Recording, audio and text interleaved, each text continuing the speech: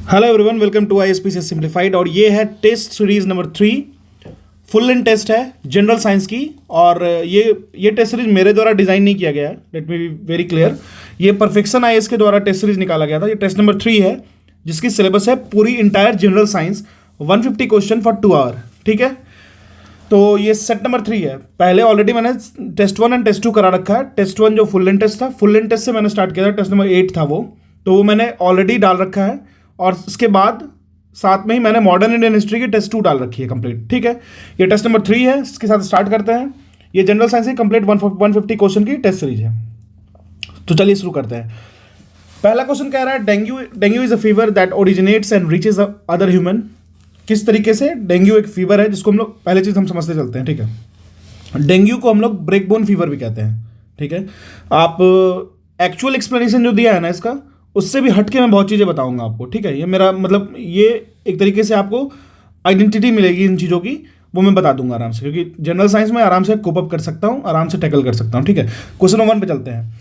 कह रहा है डेंगू जो एक फीवर है that originate and reaches other humans by, ये एक वायरस है। ठीक है, और इसको जो कैरियर होता है ना, जो वेक्टर होता है जो उसको कैरी करके ले जाता है, वो होती है एक फीमेल। इसको कहते हैं फीमेल एडिस मॉस्क्यूटो। ठीक है, फीमेल एडिस मॉस्क्यूटो एक वेक्टर होती है जो इसको कैरी करके ले जाती है। ठीक है, इस चीज़ का ख्याल रखना है हमें। अब चलते हैं हम लोग, इसके बारे में तो मैंने आपको बता दिया। एक चीज़ और समझते हैं कि ये जो इन्फेक्शन है ना, वो वायरल इन्फेक्शन है, और इसको स्प्रेड करती है फीमेल मॉस्क्यूटो, जिसका नाम है क्यूलेक्स फैटिजेंस। जो स्प्रेड करती है जिस चीज़ को, उसको कहते हैं क्यूलेक्स फैटिजेंस। और ठीक है, और इसी फीवर को हम लोग ब्रेकबोन फीवर भी कहते हैं। ठीक है, क्वेश्चन नंबर 2 पे चलते हैं।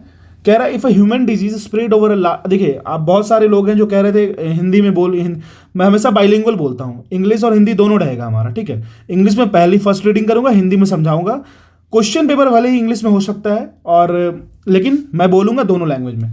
क्वेश्चन नंबर 2 कह रहा है if a human disease spread over a large area of the world then it is called. अगर लार्ज एरिया में होता है तो उसको हम लोग पैंडेमिक कहते हैं। याद कीजिए, कोविड-19 जो था, सार्स जो था, वो पैंडेमिक में गिना जाता है, जो बहुत सारे रीजन में, बहुत सारे ग्लोबल वो एक आउटब्रस्ट है। ठीक है ना, उसको पैंडेमिक कहेंगे। ठीक है, अब हम लोग समझते हैं एंडेमिक के बारे में। एक ऐसा डिजीज है ना जो कि परमानेंटली प्रेजेंट है किसी पर्टिकुलर एरिया ऑफ लोकेशन में। ठीक है, उसको एंडेमिक कहेंगे। जैसे समझिए, जैसे इबोला को हम देखते हैं। ठीक है, जैसे हम लोग इबोला की बात कर लेते हैं। इबोला वो एक साउथ अफ्रीकन रीजन में ही रह गया, परमानेंटली उसी रीजन में रह गया, मानते हैं। ठीक है, तो ये हो गया आपको एंडेमिक। ठीक है, ये एंडेमिक हो गया। क्लियर है?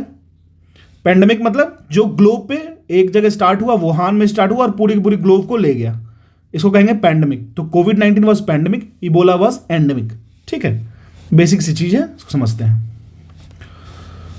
ठीक है, अब चलते हैं नेक्स्ट क्वेश्चन की तरफ। कह रहा है फूड पॉइजनिंग जो होता है उसकी वजह क्या होती है? उसकी वजह होती है सैलोमोनेला बैसिली। ठीक है, ये क्या है? ये एक बैक्टीरिया है जो कि फूड पॉइजनिंग के लिए रिस्पॉन्सिबल होती है। उस बैक्टीरिया का नाम है सैलोमोनेला बैसिली। ठीक है, चलते क्वेश्चन नंबर 4 पे। कहता है फेरोमोनास जो है वो कहाँ पाया जाता है? फेरोमोनास पाया जाता है इंसेक्ट्स में। ठीक है, फेरोमोनास जो होता है वो एक केमिकल होता है जो कि इमिट किया जाता है इंसेक्ट्स के द्वारा। ठीक है, फेरोमोन्स जो होता है वो एक केमिकल है जो कि इमिट किया जाता है, जो कि निकाला जाता है, एक केमिकल होता है जो कि स्प्रेड किया जाता है इंसेक्ट्स के द्वारा। ठीक है, आप इसको याद रखिएगा। और बेसिकली ये किस चीज़ के लिए होता है? जिस तरीके से हम लोग परफ्यूम यूज़ करते हैं ना, जैसे सेटवेट हो गया, कहते हैं ना कि सेटवेट लगाओ और फिर 2-4 लड़कियां आती है दौड़ते हुए, उसी तरीके से जो फेरोमोनास होता है ना, फेरोमोनस, ये एक इंसेक्ट्स के बाद एक केमिकल होता है जो वो स्प्रेड करते हैं जब उनको अपनी गर्लफ्रेंड को पटाना होता है, बुलाना होता है अपने पास। तो ठीक है, आगे बढ़ते हैं, और ये एक्चुअल चीज़ है। ठीक है ना, आगे बढ़ते हैं क्वेश्चन नंबर 5 पे। क्वेश्चन नंबर 5 क्या कह रहा है? An organism which is involved in the fermentation of Todi.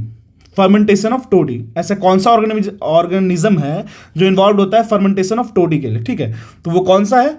तो ये है आपको सेक्रोमाइसिन्स। तो जो टोडी प्लांट होता है ना, वो पाम ट्री से जो हम लोग वाइन बनाते हैं, पाम ट्री से जो ड्रिंकेबल वाइन बनाते हैं ना, उसको यूज करते हैं। और इसको बनाने के लिए इसको कन्वर्सन के लिए, इसको फर्मेंटेशन के लिए एक यीस्ट होता है जो कहते हैं सेक्रोमाइस। ठीक है, saccharomyces is a yeast which is used to convert the toddy palm tree genus, palm tree आप कह सकते हो एक तरीके से juice for the wine system. ठीक है, तो क्वेश्चन नंबर 6 पे चलते हैं। 6 कह रहा है कहता है which of the following is high milk yielding breed of cow, ऐसी कौन सी ब्रीड है काउ की जो सबसे ज्यादा दूध देती है as per the given options, ठीक है। तो ये हो जाएगी टॉल्स्टेन। तो देखिए टॉल्स्टेन, देखिए कौन कौन ऑप्शन था, डॉर्सेट था, टॉल्स्टेन था, साहिवाल था, रेड सिंधी था। Dorset, Holstein, Sahiwal and red Sindhi. इसमें टॉल्स्टेन जो है ना वो सबसे ज़्यादा दूध देने वाली प्रजाति है। इसके बारे में समझते हैं। ये जो ब्रीड है ना वो उसकी ब्रीड क्या है, उसकी ब्रीड है फायरेजियन काउ। फायरेजियन काउ इसकी ब्रीड है, एक मिनट कलर चेंज करता हूँ, हाँ फायरेजियन काउ इसकी ब्रीड है। और ये जो बहुत फेमस ब्रीड है और मेनली इसको कहाँ पाया जाता है, नीदरलैंड में पाया जाता है, ठीक है, नीदरलैंड में पाया जाता है इसको, ठीक है। चलते क्वेश्चन नंबर 7 पे, कह रहा है what percentage of alcohol in human blood cause death, अगर बॉडी में कितने परसेंट अल्कोहल हो जाए तो आदमी मर जाता है, ठीक है। तो एक चीज समझते हैं, सिर्फ 0.45%, कितना, तो 0.45% अगर अल्कोहल हो जाए ना हमारे ब्लड में, अगर हमारे ब्लड में 0.45% अल्कोहल हो जाए ज़्यादा इंसान के बॉडी में, तो हम लोग मर जाएंगे, ठीक है। तो याद रखिएगा, तो यहाँ पे कोई भी ऑप्शन 0.45 नहीं है, तो ऑप्शन हो जाएगा ई, नन ऑफ दी अबव। चलते हैं क्वेश्चन नंबर 8 पे। क्वेश्चन नंबर 8 कह रहा है the human heart is, human जो हार्ट है वो क्या है, वो क्या है, मायोजेनिक हार्ट है, ठीक है। Neurogenic heart, myogenic heart, pulsating heart, ampullary heart, इसमें जो है वो मायोजेनिक हार्ट है। अब हम समझते हैं इसका मतलब क्या होता है। देखिए कुछ इन्वर्टेब्रेट्स होते हैं, कुछ ऐसे इन्वर्टेब्रेट्स होते हैं जिनकी हार्ट जो होती है ना स्टिमुलेट करती है नर्वस सिस्टम के वर्क करने से, ठीक है। इन्वर्टेब्रेट्स और वर्टेब्रेट्स आपको पता होगा। तो कुछ ऐसे इन्वर्टेब्रेट्स होते हैं जिनकी हार्ट जो होती है वो वर्क करती है, स्टिमुलेट करती है नर्वस सिस्टम के वर्क करने पे, ठीक है। अब देखिए उस हार्ट को कहते हैं न्यूरोजेनिक हार्ट। उनका जो नर्वस सिस्टम वर्क करेगा उनका हार्ट वर्क करेगा, ठीक है, उसको कहते हैं न्यूरोजेनिक हार्ट, ठीक है। ह्यूमंस के केस में क्या होता है, ये मायोजेनिक होता है। इसका मतलब क्या होता है कि रिसीव करता है stimuli from contraction form of muscular node called sino ऑरिलर नोड, जिसको एस नोड भी कहते हैं। याद कीजिए, हम लोग अगर हार्ट की बात करें तो एक टर्म आता है एस नोड, ठीक है, एस नोड, ठीक है।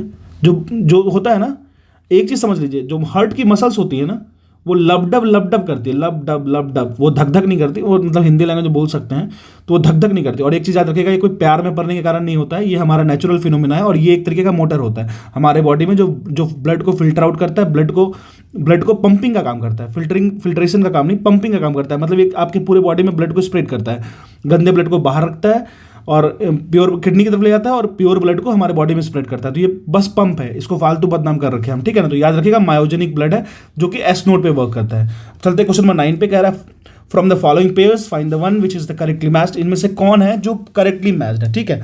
तो देखते हैं, इसमें से देखते हैं, स्कर्बी जो है थियामीन, ट्यूबरोक्लोसिस एटीएस, टेटनस बीसीजी, बैक्टोस तो बीसीजी होता है बैसिली कालमेट ग्यूरिन, ये एक वैक्सीन है जो टीबी के लिए बनता है, ठीक है। अब देखिए मलेरिया का क्लोरोक्विन, ठीक है। तो इसमें कह रहा है, तो सिंपल सी बात है, देखिए स्कर्बी जो होता है विटामिन सी से रिलेटेड है, टेटनस ये जो एक होता है टेटनाई बैक्टीरिया उससे रिलेटेड होता है, बीसीजी होता है ना वो टीबी के लिए होता है, ट्यूबरोक्लोसिस के लिए होता है, ठीक है। और मलेरिया जो है ना वो क्लोरोक्विन, ये एकदम एग्जैक्टली सही है, तो हमारा आंसर हो जाएगा डी, ठीक है, यही करेक्टली मैच्ड है। और क्लोरोक्विन एक तरीके का मेडिकेशन है जिसको यूज करते हैं हम टू प्रिवेंट मलेरिया, ठीक है। क्वेश्चन नंबर 10 पे चलते हैं।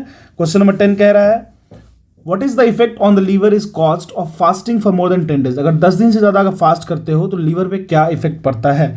तो बिल्कुल बात है, लीवर पे में ग्लूकोज लेवल जो होता है लीवर का वो वो डिक्रीज कर जाता है, ग्लूकोज लेवल डिक्रीज कर जाएगा, कहाँ पे, लीवर में, ठीक है।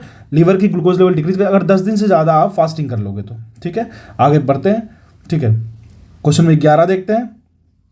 हाँ, क्वेश्चन नंबर 11 कह रहा है which of the following enzymes breaks down protein into amino acids. देखिए क्या बात कर रहा है, मैं कीवर्ड की बात करूंगा, कीवर्ड पकड़ूंगा, ठीक है। होता है, कह रहा है, पूछ रहा है एंजाइम को तोड़ता है कौन सा प्रोटीन, किसमें, अमाइनो एसिड में। ऐसा कौन सा प्रोटीन है, ऐसा कौन सा एंजाइम है जो कि प्रोटीन को ब्रेक डाउन करता है अमाइनो एसिड में, ठीक है। तो वो होता है आपको pepsin. Pepsin is a protein, pepsin is an enzyme that breaks down the protein into amino acid. सीधी सी बात है, याद रखिएगा पेप्सिन और अमाइनो एसिड का रिलेशन, ठीक है। देखिए डाइजेशन एक जो प्रोटीन का होता है ना वो स्टार्ट होता है स्टोमक में, जो हमारे पेट में, ठीक है। पेट में क्या होता है, एंजाइम एक निकलता है, उसको कहते हैं पेप्सिन। आप पेप्सी पीते हो तो मैं आपको ट्रिक बताता हूँ, मतलब हर चीज़ों की एक ट्रिक रखोगे ना दिमाग में रहेगा। फैक्चुअल फैक्ट्स इतने हैं कि आप ओवरलोड हो जाओगे, ओवरबर्डनड हो जाओगे, ठीक है। तो पेप्सी आप कहाँ पीते हो, पीते तो पेट में जाता है ना, तो याद रखिएगा पेट से रिलेटेड है, पेप्सिन जो होता है वो पेट से रिलेटेड है, ठीक है। इस तरीके याद करना। और पेप्सी पी रहे हो तो कहते हैं ना, देखो अभी प्रोटीन मिल जाएगा, मेरा शरीर बॉडी बन जाएगा, तो कहते एक जैसा जोक कहते हैं, तो आप समझ लीजिए प्रोटीन से रिलेटेड है, ठीक है। तो ये ब्रेक डाउन करेगा प्रोटीन को छोटे छोटे टुकड़ों में। प्रोटीन के छोटे छोटे टुकड़े को हम कहते हैं पॉलीपेप्टाइड्स, मतलब multiple smaller break down molecules में ब्रेक करेगा। और उसी के जो सबसे स्मॉलर कॉन्स्टिट्यूएंट होगा ना, किसका सबसे स्मॉलर कॉन्स्टिट्यूएंट, प्रोटीन का, उसी को अमाइनो एसिड कहते हैं, ठीक है। अगर फैट होता तो फैट ग्लोब्यूल्स होता, ठीक है, छोटे छोटे फैट्स को उसमें तोड़ता, लेकिन ये पेप्सिन जो होता है वो प्रोटीन से रिलेटेड है, ठीक है। आगे बढ़ते हैं। क्वेश्चन नंबर 12 कह रहा है which of the following group of compound is called helper diet. Helper diet किस ग्रुप को कहते हैं, तो वो होते हैं vitamin. Vitamin are the helper diet. देखिए मदद करेंगे आपको सुंदर दिखने में, हेल्दी फील करने में, हेयर अच्छे रहेंगे, नेल्स अच्छे रहेंगे, ठीक है। तो ये दिखने में मदद करेंगे, हेल्पर डाइट्स हैं, लेकिन ये फाइनली सब्स्टिट्यूट नहीं है किसी चीज़ के, इस चीज़ का याद रखिएगा, ठीक है। तो विटामिन एक ऐसे कंपाउंड्स हैं जो कि ऑक्सिलरी डाइटरी फैक्टर हैं, ठीक है, मतलब एक तरीके ऑक्सिलरी डाइटरी फैक्टर्स हैं। देखिए, और इसका जो आइडिया दिया गया था ना पहले बार के साइंटिस्ट के द्वारा, वो थे फ्रेडरिक हॉपकिंस। अब चलते हैं क्वेश्चन नंबर 13 पे। क्वेश्चन नंबर 13 क्या कह रहा है, which vitamin is mainly found in papaya. पपीते में कौन सा विटामिन मेनली पाया था, तो विटामिन सी पाया जाता है, ठीक है, विटामिन सी, ठीक है। इसको ज़्यादा कुछ याद नहीं रखना है।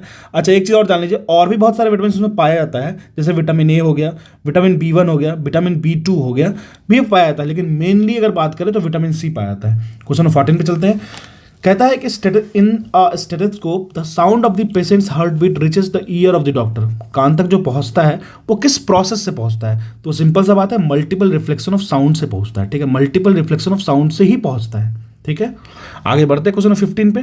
क्वेश्चन 15 क्या कह रहा है, which of the following is the strongest substance. सबसे ज्यादा strongest substance as of now कौन सा है, तो वो है ग्राफीन। ग्राफीन जो है is the strongest material ever discovered. It is used in computer chips, communication devices and touch screen, ठीक है। आते हैं क्वेश्चन नंबर 16 पे। क्वेश्चन 16 कह रहा है by which process alum can be use to clean dirty water. देखिए एक तरीके से फिटकरी समझ सकते हो आप, उसको पानी में डालें, एलम जो होता है, एलम वो क्लीन वाटर को क्लीन कर देता है, मतलब गंदे वाटर को, मडी वाटर को क्लीन कर देता है, ठीक है। जैसे मान लो पानी में बहुत सारा गंदगी है, ठीक है, उसमें आप गए रात में एक एलम कुछ टिकोरे को फेंक दिए, सुबह आए तो वाटर आपको एकदम प्योर मिलेगा, जितने भी पार्टिकल्स में सस्पेंडेड थे ना पानी में वो सेटल डाउन हो जाएंगे ग्राउंड पे, ठीक है। तो ये पूछ रहा है कि कौन सा प्रोसेस होता है ये, तो इसको कहते हैं कोआगुलेशन। मैंने आपको कहा ना settling down of particle suspended in a material in a liquid in a liquid, ठीक है, तो उसी को कहते हैं कोआगुलेशन, ठीक है। अब आगे बढ़ते हैं। क्वेश्चन 17 क्या होता है, कहता है which element is most useful in increasing the amount of oil in mustard. अगर हमको मस्टर्ड में ऑयल को बढ़ाना है, ठीक है, तो कौन से एलिमेंट को बढ़ना चाहिए, तो वो एलिमेंट होगा आपको सल्फर। अगर हम लोग सल्फर एक इसेंशियल माइक्रोन्यूट्रिएंट है किसी भी प्लांट के लिए, ठीक है। ये बहुत ज़्यादा अगर हमको प्रोड्यूस करना है मस्टर्ड को, तो इसकी क्वांटिटी ऑयल में बढ़ाना पड़ेगा, ठीक है। क्वेश्चन में 18 पे चलते हैं, ठीक है। क्वेश्चन में 18 कह रहा है कि जब इनो जो सॉल्ट है उसको ऐड करते हैं पानी में तो बबल्स बनता है, आपको देख के अच्छा भी लगता है। तो आखिर ये बबल्स क्यों बनता है, क्योंकि उसमें CO2 गैस रिलीज होता है, ठीक है। इसमें कुछ एक्सप्लेनेशन की जरूरत नहीं है। क्वेश्चन में 19 कह रहा है the wine made by the fermentation of sprouted seeds of barley is called. ऐसी जो वाइन बनती है जिसको हम लोग सराते हैं पहले, स्प्राउटेड सीड्स को, जो ऐसे सीड्स जिसके हल्के से जर्मिनेशंस हो गए हैं, ऐसे सीड्स जो थोड़े से जिसमें से बेबी प्लांट्स निकल गए हैं, उसको अगर हम लोग फर्मेंटेट करते हैं तो वो भी कौन से ट्री की बात हो रही है, कौन सी प्लांट की बात हो रही है, तो बार्ली की बात हो रही है। तो उससे कौन सी वाइन बनती है, उससे क्या बनता है, ठीक है, तो ये समझते हैं। तो ये बनता है इससे बियर, ठीक है, बियर बनता है। आगे चलते हैं क्वेश्चन नंबर 20 पे। कह रहा है the ink used in printing is obtain by decomposition of which of the following. जो इंक यूज होता है प्रिंटिंग में उसको डिकम्पोज करते हैं, ठीक है, उससे उसको किस चीज़ के डिकम्पोजिशन से बनाया जाता है, ठीक है, तो वो बनाया जाता है मीथेन के डिकम्पोजिशन से। देखिए ये क्वेश्चन काफ़ी इंपॉर्टेंट है और ये क्वेश्चन बहुत ही सेलेक्टिव क्वेश्चन है, रियली प्रेज करने लायक है ये क्वेश्चन, ठीक है। इसमें समझते हैं हम लोग। अब देखिए कह रहा है methane is a colourless, tasteless and odourless gas, ठीक है, which is found in marshy areas. जो मार्शी एरियाज होता है ना, मार्शी एरिया जिस तरह बिहार में कांवर लेक है ना, उस तरीके से। कांवड़ लेक रामसर साइट में भी है। आपको ये बताना है कि कांवड़ लेक को कब रामसर साइट में डाला गया था, कमेंट बॉक्स में डाल दीजिएगा अगर आपको पता होगा तो, ठीक है। तो क्वेश्चन नंबर 20 देख रहे थे हम लोग, तो इसकी मीथेन है। अब देखिए जो मीथेन जो है वो मार्सी एरिया में फाइंड होता है मोस्टली। मीथेन जो है एक और ओजोन डिप्लीटिंग एजेंट है, ठीक है, ग्रीन हाउस गैसेस में भी कंसिडर करते हैं। अब देखिए it is use to making black paint बनाने में, मोटर टायर बनाने में, printing ink, paint and carbon sticks बनाने में यूज होता है। कैसे करते हैं, तो इसको हम लोग क्या करते हैं ना 100 डिग्री सेल्सियस पर बर्न करते हैं। कार्बन ब्लैक बर्न करने पे कार्बन ब्लैक बन जाता है, जिसको यूज़ करते हैं बाद में प्रिंटिंग के लिए, ठीक है। तो मीथेन को 100 डिग्री सेल्सियस पे बर्न करेंगे, कार्बन ब्लैक बनाएंगे, उसको हम लोग यूज़ करते हैं प्रिंटिंग में। चलते हैं क्वेश्चन नंबर 21 पे, देखते हैं क्या कह रहा है। कह रहा है ethyl alcohol is made unfit for drinking by mixing. तो किस चीज़ को मिक्स करके इथाइल अल्कोहल को अनफिट फॉर ड्रिंकिंग बनाया जाता है, मतलब वो उसको हम ड्रिंक नहीं कर सकते हैं, ठीक है। तो इसमें मिलाते हैं हम लोग मेथनॉल एंड पायरिडीन। अभी आप तो पढ़ ही रहे हो ना, बिहार में जो देख रहे हो छपरा में या फिर इधर उधर एरिया में जहाँ पे नशीली और जहरीली शराब पी के जो लोग मर जाते हैं, ठीक है। तो देखिए मेथनॉल में हम लोग पायरिडीन मिलाते हैं इथाइल अल्कोहल में, तो ये पॉइजनस हो जाता है। तो सेम केसेस है जो इन लोगों को समझ नहीं आता कॉम्पोजिशन, तो वाइन और पता नहीं ये अल्कोहल बनाते हैं और मिथाइल और पायरिडीन की कॉम्पोजिशन मिक्स हो जाती है गलती से, तो वो अनफिट फॉर ड्रिंकिंग हो जाता है इथाइल अल्कोहल, जिसकी वजह से उनकी डेथ हो जाती है। समझ में तो आएगा नहीं क्योंकि बस पैसा कमाना चाहते हैं। क्वेश्चन नंबर 22 पे चलते हैं। कह रहा है which of the following is also known as wood spirit. Wood spirit किसको कहते हैं, तो इसको कहते हैं मिथाइल अल्कोहल को। तो समझ लीजिए मिथेनॉल को ही मिथाइल अल्कोहल कहते हैं, इसी को वुड स्प्रिट कहते हैं, ठीक है। आगे बढ़ते हैं क्वेश्चन नंबर 23 पे।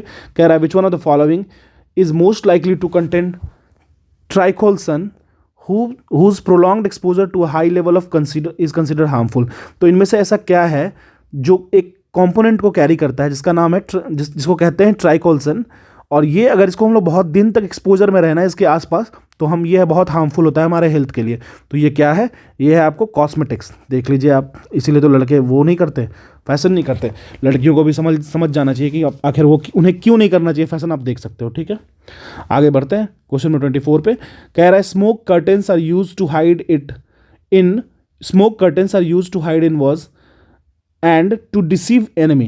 Smoke curtains are usually made of fine particles dispersed in the air of। किस लिए, देखिए स्मोक की कर्टन्स बनाई जाती है, एक धुंध की एक पर्दा टाइप का बनाया जाता है जिससे हम लोग अपने दुश्मनों से छिप सकते हैं, ठीक है।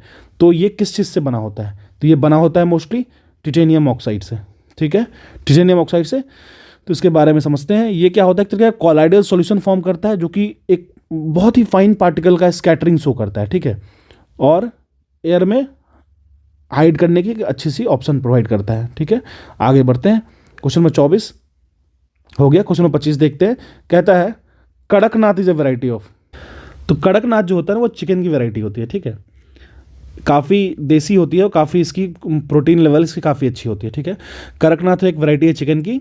Kadaknath chicken is of Jhabua origin of Madhya Pradesh is called Kalimasi in the local language. अब इसके कलर स्किन जो होती है ना वो ब्लैक होती है, तो काला मुर्गा आपको कहीं दिखे ना तो वो कड़कनाथ समझ लीजिएगा, उसको जो ओरिजिनल काला मुर्गा होगा। अब देखते हैं 26 पे। 26 नंबर क्वेश्चन देख रहा है, कह रहा है which of the following animal excrete solid urine. तो ऐसे कौन सा एनिमल है जो सॉलिड यूरिन, मतलब उनकी यूरिनेशन भी सॉलिड एक्सक्रीट करते हैं वो, ठीक है। तो ये है कंगारू रैट, याद रखिएगा। Kangaroo rat can survive for the longest period without drinking water. अब वो पानी पिए बिना भी बहुत दिन तक सर्वाइव कर सकते हैं, और जब वो एमिट करते हैं यूरिन तो वो सॉलिड होता है, ठीक है। काफ़ी इंटरेस्टिंग क्वेश्चन है अगर हमें फैक्ट्स पे ध्यान देना है तो। क्वेश्चन नंबर 27 पे चलते हैं। कह रहा है stones present in the gall bladder affects the digestion of which of the following. अगर हमारे जो गॉल ब्लैडर में जो स्टोन्स हैं हो जाते हैं वो किसके डाइजेशन को इफेक्ट डालेंगे, ठीक है। तो ये क्या है, ये डालेंगे कि किसके डाइजेशन को, तो फैट को डिजोल्व नहीं होने देंगे। ये अगर स्टोन्स है तो फैट्स को डिजोल्व नहीं होने देंगे, ठीक है। तो गॉल ब्लैडर्स जो होता है वो बाइल प्रोड्यूस करता है लीवर में, बिल्कुल गॉल ब्लैडर्स जो बाइल प्रोड्यूस करता है लीवर में, जो ग्रीन कलर का सब्सटेंस होता है। गॉल स्टोन्स जो होता है वो stony deposit found in the condensation of bile component inside the gall bladder. अब देखिए गॉल स्टोन हो जाएगा अगर आपके गॉल ब्लैडर में, तो जो डाइजेस्टिव सिस्टम है ना उसमें फैटी फूड्स के डाइजेशन का में बहुत दिक्कत होगा, ठीक है। तो क्वेश्चन नंबर 28 पे चलते हैं। कह रहा है the instrument use to measure angular distance in vertical plane. Angular distance in vertical plane and horizontal plane is. तो एंगुलर डिस्टेंस की बात हो रही है, vertical plane as well as vertical plane, horizontal plane as well as vertical plane की बात कर रहे हैं। तो ये किसके द्वारा मेजर किया जाता है, तो ये मेजर किया जाता है थियोडोलाइट्स के द्वारा। थियोडोलाइट के द्वारा, ठीक है। जो सड़क रास्ते चल रहे हो वहाँ पे कैमरा लगा होता है ना, वो कैमरा नहीं होता, वो एक तरीके का plane measurement, angular distance measurement वाला डिवाइस होता है, ठीक है। क्वेश्चन नंबर 21, ये सिविल वाले आराम से इसको बना के निकल जाएंगे। क्वेश्चन नंबर 29 देखते हैं, कह रहा है image made by astronomical telescope. Astronomical telescope जो होती है वैसी टेलीस्कोप जिसको हम एस्ट्रोनॉमी के लिए यूज़ करते हैं, एस्ट्रोनॉमिकल स्पेस के लिए यूज़ करते हैं, ठीक है, गैलेक्सीज देखने के लिए यूज़ करते हैं, वो कैसी इमेज फॉर्मेशन करती है? तो वो इमेज फॉर्मेशन करती है imaginary and big.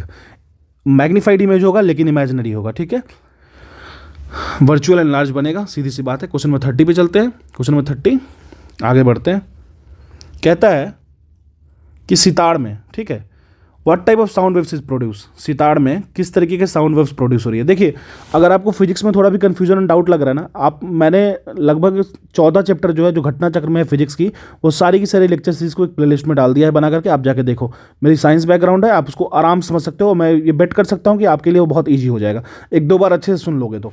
Question number 30 पे चलते हैं। 30 क्या कह रहा है कि सितार जो होता है उसमें किस तरीके की साउंड वेव प्रोड्यूस होती है, तो वो प्रोड्यूस होती है बैकवर्ड एंड ट्रांसवर्स वेव, ठीक है।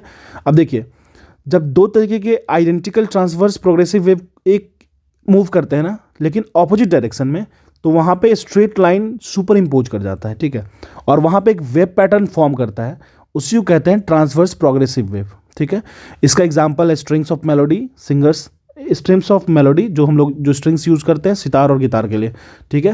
क्वेश्चन नंबर 31 पे चलते हैं। 31 कह रहा है the 2 new mission announced by NASA, NASA के द्वारा जो 2 नए मिशन को अनाउंस्ड किया गया है वो कौन कौन सा है, वो किसके लिए है, तो वो रिलेटेड है वेनस के लिए। अब हम लोग समझते हैं कौन कौन सा है, ठीक है, कौन कौन सा मिशन है वो। तो देखिए, अमेरिकन एजेंसी है नासा, इसके द्वारा 2 न्यू मिशन को किया गया है वेनस के रिसर्च के लिए।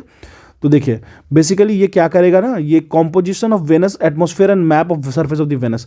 पहला जो मिशन है वो कॉम्पोजिशन ऑफ द वेनस बताएगा, कितना गैस है उसमें, कितना गैसियस प्रेजेंस है, कितना वाटर है, क्या नहीं है।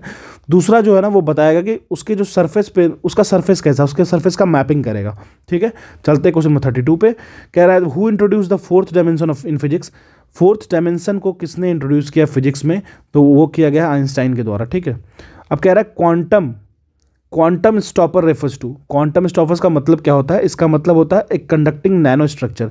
एक नैनो स्ट्रक्चर मतलब एक नैनो पार्टिकल टाइप का स्ट्रक्चर है, नैनो 10⁻⁹ मीटर के लेंथ का एक यूनिट है, एक स्ट्रक्चर है जो कंडक्ट करता है, जो इलेक्ट्रिसिटी को कंडक्शन करता है, ठीक है। तो आप समझ लीजिए क्वांटम स्टॉपर यही है, ठीक है। अब हम लोग बढ़ते हैं क्वेश्चन 34 पे, कह रहा है which one of the following element is not a micro nutrients in plant. इसमें से कौन ऐसा है जो माइक्रो न्यूट्रिएंट नहीं है, किनका, तो प्लांट्स का। तो हम लोग देख लेते हैं कौन कौन है। अब देखिए क्या क्या है, मैग्नीज तो है, कॉपर भी है, मैग्नीशियम भी है, लेकिन आयरन नहीं है। याद रखिएगा, यहाँ आंसर ए हो जाएगा, क्योंकि ऑप्शन में नॉट पूछा है। जब भी क्वेश्चन में ऐसा रहे ना तो not which of the following is, इस पर फोकस करना है, ठीक है, एकदम कॉमन सेंस लगा के ट्रिक को, कीवर्ड्स को पकड़ना है, ठीक है। तो 34 समझ गए हम लोग। अब देखिए, एक तो चीज़ समझ लीजिए, देयर आर 17 तरीके के एलिमेंट्स होते हैं जो कि आइडेंटिफाई किए गए हैं कि किसी भी प्लांट की ग्रोथ के लिए वो हेल्प करता है, ठीक है, जिसमें से 8 जो होता है ना वो सबसे ज़्यादा रिक्वायर्ड होता है, ठीक है। 17 इसेंशियल जो कंपोनेंट हैं वो कौन कौन से नहीं समझते, इसको लिख के कहीं पर रट लीजिएगा क्योंकि एग्जाम में पूछता है। नाइट्रोजन होता है, फॉस्फोरस होता है, पोटासियम होता है, कार्बन होता है, हाइड्रोजन होता है, ऑक्सीजन होता है, calcium, magnesium, sulphur, iron, zinc, manganese, boron, copper, निकल, क्लोरीन एंड मॉलिब्डेनम, ठीक है। याद रखिएगा आयरन नहीं होता है। आगे बढ़ते हैं क्वेश्चन 35 पे। 35 कह रहा है, क्या कह रहा है, कह रहा है which of the following does not increase the amount of carbon dioxide in the earth carbon cycle. Earth के कार्बन साइकिल में इनमें से कौन ऐसा है जो कार्बन के अमाउंट को नहीं बढ़ाएगा, ठीक है। तो वो क्या है, वो है आपको फोटोसिंथेसिस, बिल्कुल नहीं बढ़ाएगा। प्लांट कभी बढ़ाता है क्या कार्बन के कंटेंट को, बिल्कुल नहीं। तो समझते हैं, रेस्पिरेशन भी कंट्रीब्यूट करती है कार्बन डाइऑक्साइड को अर्थ के कार्बन साइकिल में। कोई भी ऑर्गेनिक मैटर जो सड़ती गलती है वो तो करेगी ही करेगी। वॉल्केनिक इरप्शन भी करती है, याद रखिए ग्लोबल वार्मिंग का एक वजह वॉल्केनिक इरप्शन भी है, ठीक है। तो आगे बढ़ते हैं, क्वेश्चन नंबर 36 पे देखते हैं। कह रहा है the man who does not understand when he should stop eating is suffering from bulimia. एक ऐसा इंसान जिसको पता ही नहीं चलता कि कब रुकना है, खाना खाते जाता है, ठीक है, इसको बुलिमिया कहते हैं, ठीक है। इस डिजीज़ को याद कर लीजिएगा, ये क्वेश्चन कुछ भी हो लेकिन थोड़ा सा यहाँ पे फूड खाने की इश्यू होती है, ठीक है। 37 चलते हैं, क्वेश्चन नंबर कह रहा है according to the national biofuel policy. National biofuel policy की वजह से के अकॉर्डिंग इंडिया में which of the following can be used as a raw material for the production of biofuel, किसको हम लोग यूज़ कर सकते हैं एज अ रॉ मटेरियल, ठीक है। तो एक चीज़ समझते हैं, पहले हम लोग समझते हैं कि नेशनल बायोफ्यूल पॉलिसी जो है ना वो अनाउंस किया गया था गवर्नमेंट ऑफ इंडिया के द्वारा। इसके तहत क्या था, इसकी मेन ऑब्जेक्टिव थी, तो इसके अकॉर्डिंग क्या था ना, कुछ चीज़ें देखो, क्रूड ऑयल को मैक्सिमम लोग क्या करते हैं ना, इंपोर्ट करते हैं। तो इंपोर्ट कर रहे हैं तो बर्डन बढ़ रहा है, हम लोग क्या कर रहे हैं, इंपोर्ट करके पैसे अपने बाहर भेज रहे हैं, तो मनी का एक्सचेंज हो जा रहा है, हमारा बाहर चला जा रहा है, और साथ में ही हमें बाहर बहुत चीज़ खरीदना पड़ जा रहा है। तो अगर हम लोग कुछ बायोफ्यूल में कुछ मिक्स करेंगे ना, प्रोडक्शन करेंगे, रॉ मटेरियल्स को मिक्स करेंगे, तो थोड़ा सा हमें बर्डन कम होगा। तो क्या क्या मिक्स कर सकते हैं, तो मिक्स करने के लिए जो अलाउ किया गया वो था शुगर केन जूस, ठीक है। शुगर केन जूस को हम लोग कर सकते थे, शुगर बीट को कर सकते थे, ठीक है, शुगर बीट को कर सकते थे, कॉर्न को कर सकते थे, बिल्कुल कर सकते हैं, फिर कैसेवा को कर सकते थे, ठीक है, रॉटन पोटैटोज को कर सकते थे, डैमेज्ड ग्रेन्स को कर सकते थे, इसमें सारे को कर सकते थे। तो more than one of the above answer होगा, हमारा आंसर ई हो जाएगा, ठीक है। अब चलते क्वेश्चन में 38 पे। 38 क्या कह रहा है, from which of the following families tapa cloth is made, ऐसे कौन सी फैमिलीज हैं जो टापा क्लॉथ्स को बनाती हैं, ठीक है। तो वो है B, Moraceae family. Moraceae family के बारे में समझते हैं। देखिए, जो प्लांट होता है ना, इनर बाग, उसके जो ऊपर वाले छाल होते हैं ना, उसको हटाइए, ठीक है। इनर बाग को देखिए, किसके, तो मलबरी प्लांट के। मलबरी प्लांट जिसमें सिल्क बनाने वाले जो लार्वा होते हैं वो रहते हैं, जिसको हम लोग बॉम्बेक्स मोरी कहते हैं, ठीक है। ये कहीं दिया नहीं है, लेकिन ये इन्फॉर्मेशन है हमारे पास कि जो भी सिल्क होते हैं ना वो बॉम्बेक्स मोरी से बनते हैं, उनके लार्वा से बनते हैं, उनके माउथ से जो निकलती है ना उनसे बनते हैं, ठीक है, स्लाइवा से बनती है, ठीक है। तो आप समझ लीजिए, तो उनका ही जो इनर बार्क है ना, उनके जो अंदर के छिलके हैं ना, उसी से हम लोग बनाते हैं टापा क्लॉथ, याद रखिएगा। इसके जो ये एक मतलब एक तरीके का बार्क क्लॉथ है, मतलब पेड़ के छिलके से बन रही है। और मोस्टली ये जो है ना पैसिफिक ओशन का जो आइलैंड्स है ना, जैसे कि टोंगा हो गया, सामोआ हो गया, फिजी हो गया, वहाँ पे देखा जाता है, ठीक है। तो मॉरिशस याद रखना है हमको। अच्छा क्वेश्चन है ये। क्वेश्चन में 39 पे चलते हैं। 39 कहते हैं कि ओपियम जो है वो किसके अंदर आता है, कौन से कैटेगरी के ड्रग्स के अंदर आता है, तो ये एक डिप्रेसेंट होता है, ठीक है। ओपियम जो अफीम होता है ना वो एक डिप्रेसेंट होता है, ठीक है। इसका मतलब क्या होता है कि अगर आप मान लो कि आपको हाथ में गोली लग गई है, ठीक है, आपकी इतनी ज़्यादा स्थिति, इतना पेन आप एक ह्यूमन झेल नहीं सकता है, तो उसको मॉर्फिन दिया जाता है, ठीक है। ये पेन रिलीवर होता है, ठीक है। तो एक तरीके से ड्रग है। इसकी पॉजिटिव यूज़ ये है, लेकिन नेगेटिव यूज़ लोग मस्ती करते हैं, ठीक है। 40 पे आते हैं क्वेश्चन नंबर पे, ठीक है। कह रहा है which of the following is that hormone excess of which cause a disorder call acromegaly. एक ऐसा हार्मोन बताइए जिसकी ज़्यादा हो जाने से हमें एक्रोमेगले नाम का एक डिसऑर्डर हो जाता है, ठीक है। तो ये हार्मोन है आपको सेमेटोट्रोपिक हार्मोन। सेमेटोट्रोपिक हार्मोन एक तरीके का ग्रोथ हार्मोन है। ग्रोथ हार्मोन को सेमेटोट्रोपिक हार्मोन कहते हैं, जो कि कंट्रोल करता है आपके ग्रोथ ऑफ बॉडी को, specially the growth of bones, ठीक है। अब अगर ये ज़्यादा हो जाएगा तो एक तरीके का डिसऑर्डर जिसको हम कहते हैं भीमकाइटा हो जाता है, जो जिसको हम लोग एक्रोमेल्जी भी कहते हैं, ठीक है। आगे बढ़ते हैं क्वेश्चन नंबर 41 पे।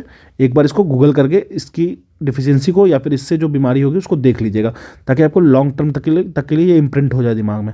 क्वेश्चन नंबर 41 पे चलते हैं। कह रहा है in which of the following organ does the digestion of proteins in the human body take place. Digestion of protein की बात करेंगे, जब हम डाइजेशन के प्रोटीन की बात करेंगे तो वो होता है स्टोमक में, ठीक है। सीधी सी बात है, प्रोटीन जो होता है ना वो स्टोमक में जाता है। इनएक्टिव प्रोटीन जो होता है वो कन्वर्ट होता है एक्टिव रेनिन में, ठीक है। किसके प्रेजेंस में, तो हाइड्रोक्लोरिक एसिड के प्रेजेंस में, ठीक है। वो कन्वर्ट करता है कार्सियोनिक, जो कार्सियोनोजेन प्रोटीन होता है इसमें कार्बन प्रेजेंट होता है, ठीक है। जैसे मिल्क हो गया, केसाइन टाइप का हो गया, उसको कन्वर्ट करेगा। क्वेश्चन नंबर 42 पे चलते हैं। कह रहा है if the xylem of plant is mechanically obstructed by then which of the following function of the plant will be affected. देखिए जाइलम क्या करता है, पहली बात समझ लीजिए, जाइलम एक जेड से शुरू होता है, तो ये रूट्स की तरह है ना, तो वो रूट से वाटर को, रूट से मटेरियल कंटेंट को ऊपर लिव्स तक ले जाता है, ठीक है। तो रूट से लिव्स तक ले जाता है, ठीक है। अब कह रहा है कि अगर हम लोग उसको रोक देते हैं जाइलम के फंक्शंस को, तो क्या इफेक्टेड होगा, ठीक है। तो ज़्यादा पानी की मात्रा बढ़ जाएगी ना, क्योंकि अगर हम पानी ये जड़ से ऊपर अपने लिव्स पे नहीं ले जाएगा प्लांट, तो क्या होगा, लिव्स पे ले जा रहा है तो वहाँ पे ट्रांसपिरेशन प्रोसेस हो रहा है, लिव्स से इवोपरेशन हो रहा है लिव्स से, तो उस वजह से वाटर रेगुलेट होता है, और एक तरीके से वाटर रेगुलेशन और थर्मो रेगुलेशन होता है प्लांट का। लेकिन ये नहीं होगा तो वाटर जमा हो जाएगा, ठीक है। तो excess of water and solids जमा हो जाएगा। चलते हैं क्वेश्चन नंबर 43 पे। कह रहा है which of the following pigment is are helpful in photosynthesis. तो ऐसे कौन से पिगमेंट्स हैं जो फोटोसिंथेसिस के लिए हेल्पफुल है, समझते हैं। देखिए क्लोरोफिल क्या करता है, लाइट को एब्जॉर्ब करता है। मेन रिस्पॉन्सिबल कैरेक्टर क्या होता है, देखते हैं। क्लोरोफिल, ठीक है। फिर होता है जेंथोफिल्स, जेंथोफिल्स भी इंपॉर्टेंट होता है, ठीक है। साथ में कैरोटाइड्स भी होता है, ये भी इंपॉर्टेंट होता है। एंड क्लोरोफिल जेंथोलाइज, ये भी इंपॉर्टेंट होता है। तो आप समझ सकते हो ये सारे ऑक्सिलरी पिगमेंट्स हैं जिसको यूज़ किया जाता है लाइट एब्जॉर्ब करने में, ट्रांसफर एनर्जी करने में। तो यहाँ पे ऑप्शन ई हो जाएगा आपका, more than one of the above is the correct. So 43 ये हो गया। अब चलते हैं 44 नंबर क्वेश्चन पे। कह रहा है which of the following element is needed more by plant to make proteins. तो प्लांट को ऐसा कौन सा एलिमेंट्स चाहिए जो ज़्यादा से ज़्यादा वो प्रोटीन्स को बना सके, ठीक है। तो ये है आपको नाइट्रोजन, ठीक है। तो नाइट्रोजन जो होता है ना प्लांट में ज़रूरत होता है प्रोटीन्स बनाने के लिए, ठीक है।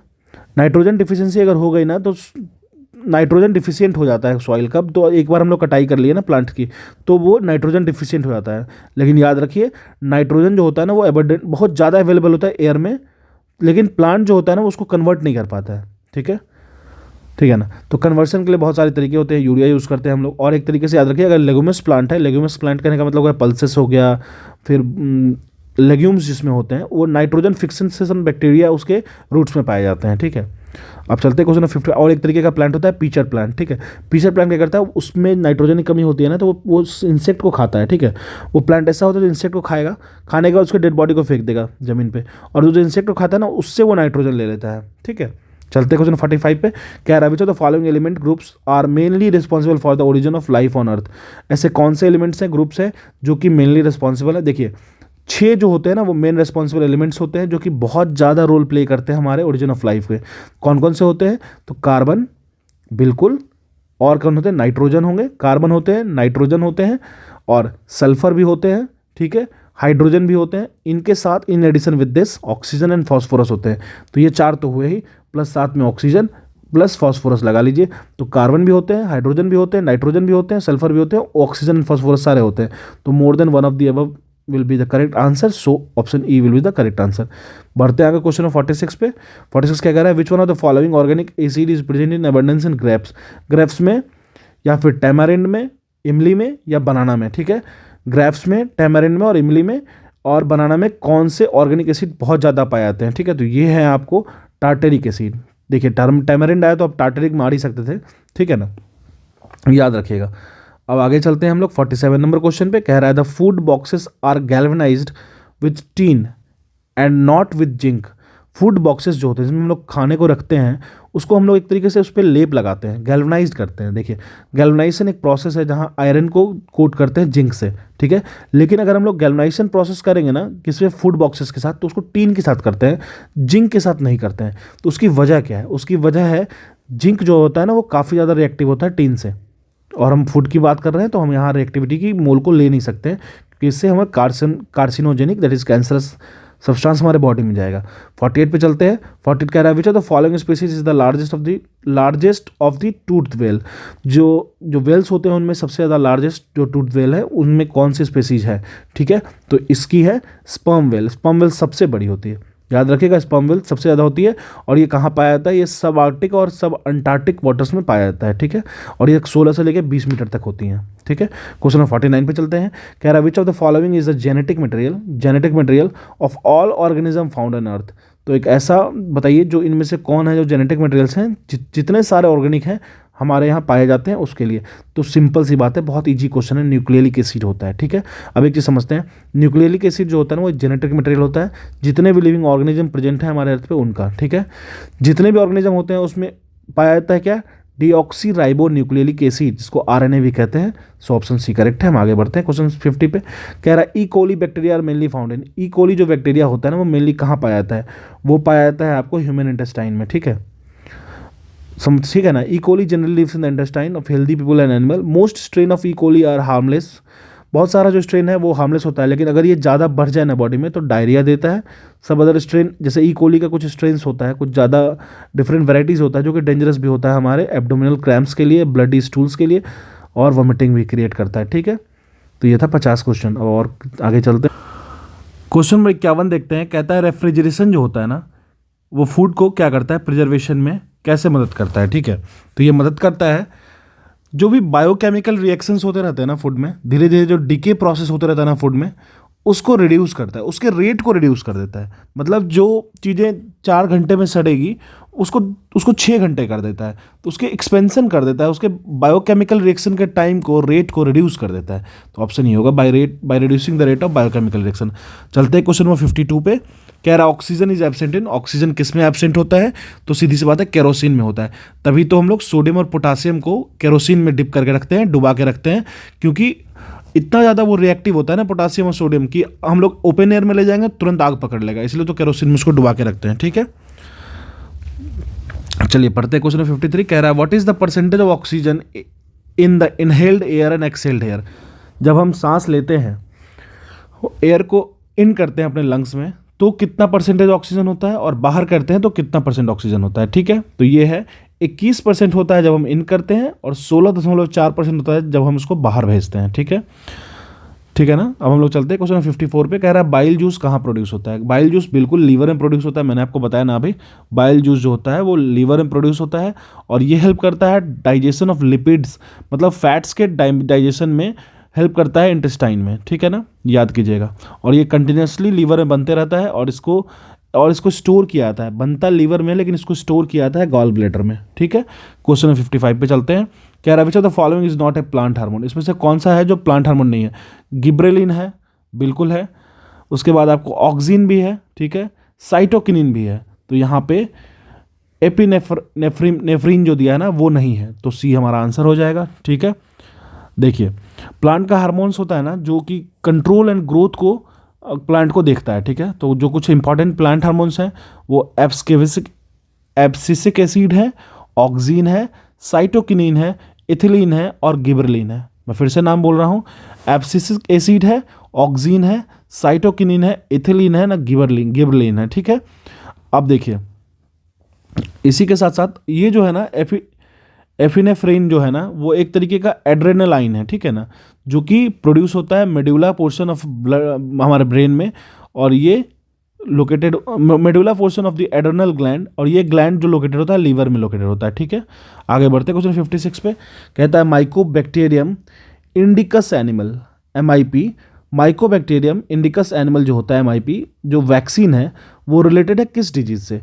तो ये रिलेटेड है आपको लेप्रोसिस से। ठीक है, ये लेप्रोसिस से रिलेटेड है। ठीक है, और एक चीज़ याद रखिएगा, 30 जनवरी को सेलिब्रेट किया जाता है नेशनल लेप्रोसी डे। ठीक है ना, माइकोबैक्टीरियम इंडिकस एनिमल जो है वो वैक्सीन है जिसको प्रिवेंटिव मेजर के लिए यूज़ करते हैं कि हम लेप्रोसी को के पेशेंट्स को उससे ज़्यादा इफेक्टिव, मतलब जो ज़्यादा इफेक्शन होता है उससे रुके। ठीक है, आगे चलते हैं क्वेश्चन 57 पे। कह रहा है व्हेन वाटर बॉइल्स स्ट्रांगली, जब हम वाटर को स्ट्रांगली बॉयल करते हैं तो बबल ऊपर की तरफ उठता है। ठीक है, ये जो होता है ना, bubbles rising to the surface are mainly made up of, तो ये किससे बना होता है मोनली? तो ये वाटर वेपर होता है। ठीक है ना, वाटर वेपर होता है। ठीक है, आगे बढ़ते हैं क्वेश्चन 58 पे। 58 क्या कह रहा है? What is the measurement of radio activity. तो मेजरमेंट ऑफ रेडियो एक्टिविटी क्या होता है? ठीक है, ये होता है काउंटर। ठीक है, तो full name of ED counter is Geiger Muller counter and it works to the measure ionic radiations. तो याद रखिएगा, काउंटर जो होता है वो आयनिक रेडिएशंस को मेजर करता है। इससे क्या होता है, रेडियो एक्टिविटी जो किसी सब्सटेंस की होती है ना उसको डिटेक्ट किया जाता है, उसमें डिटेक्शन जो होता है अल्फा पार्टिकल, बीटा पार्टिकल्स और गामा वेव का। ठीक है, आगे बढ़ते हैं 59। काफ़ी अच्छा क्वेश्चन था। ठीक है, ये काफ़ी बढ़िया था, और रेडियो एक्टिविटी की यूनिट अगर पूछता है तो बैक्यूरल होता है। ठीक है, आगे बढ़ते हैं हम। क्वेश्चन 59 क्या कह रहा है? Which of the following has maximum inertia. सबसे ज़्यादा इनर्शिया किसके पास होगा? तो वो हो जाएगा, देखिए, एक एटम, एक मॉलिक्यूल, एक रुपी कॉइन, एक क्रिकेट बॉल। बिल्कुल इन सबों में क्रिकेट बॉल का होगा, जिसका मास ज़्यादा होता है उसमें इनर्शिया ज़्यादा होता है। ठीक है, आगे बढ़ते हैं 60 में। काफ़ी इजी क्वेश्चन था वो। 60 देखते हैं। कहता है what is the loudness of sound related to. देखिए लाउडनेस किससे रिलेटेड होगा? तो ये रिलेटेड होगा एम्पलीट्यूड से। याद रखिएगा, लाउडनेस की बात करेंगे ना तो एम्पलीट्यूड से। LA लाउडनेस जो होगा वो एम्पलीट्यूड से रिलेटेड होगा, लेकिन अगर हम पिच की बात करेंगे तो फ्रीक्वेंसी से होगा। ठीक है, PF फंड कटेगा और LA हो जाएगा। ठीक है, तो लाउडनेस जो होगा वो एम्पलीट्यूड से रिलेटेड होगा, अगर हम पिच की बात करेंगे तो फ्रीक्वेंसी से। तो आंसर हमारा हो जाएगा B। आगे बढ़ते हैं क्वेश्चन 61 पे। कह रहा है the colour of light is determined by. Colour जो होता है लाइट का वो किसके द्वारा डिटरमाइन किया जाता है? ये डिटरमाइन किया जाता है वेवलेंथ के द्वारा। ठीक है, वेवलेंथ क्या होता है ये तो आपको पता ही होगा, नहीं पता है तो मैं बेसिक में बता देता हूँ। ये आपका एक वेव है। ठीक है, ये आपका एक वेव है मान लीजिए। ठीक है, ये साइन वेव है। तो ये इसकी क्रेस्ट हो गई और ये इसकी ट्रफ हो गई। पॉजिटिव पीक को क्रेस्ट कहते हैं, नेगेटिव पीक को ट्रफ कहते हैं। फिर ये क्रेस्ट हो गई, ये ट्रफ हो गई, ये ऊपर पोर्शन को। तो distance between two consecutive crest as well as two consecutive trough, तो या तो डिस्टेंस लीजिए क्रेस्ट का या ट्रफ का, दोनों डिस्टेंस बराबर होता है और इसको ही कहते हैं हम वेवलेंथ, ठीक है। तो याद रखिएगा किसी भी चीज़ के कलर को डिटरमाइन करता है उसका वेवलेंथ, ठीक है। क्वेश्चन नंबर 62 पे चलते हैं।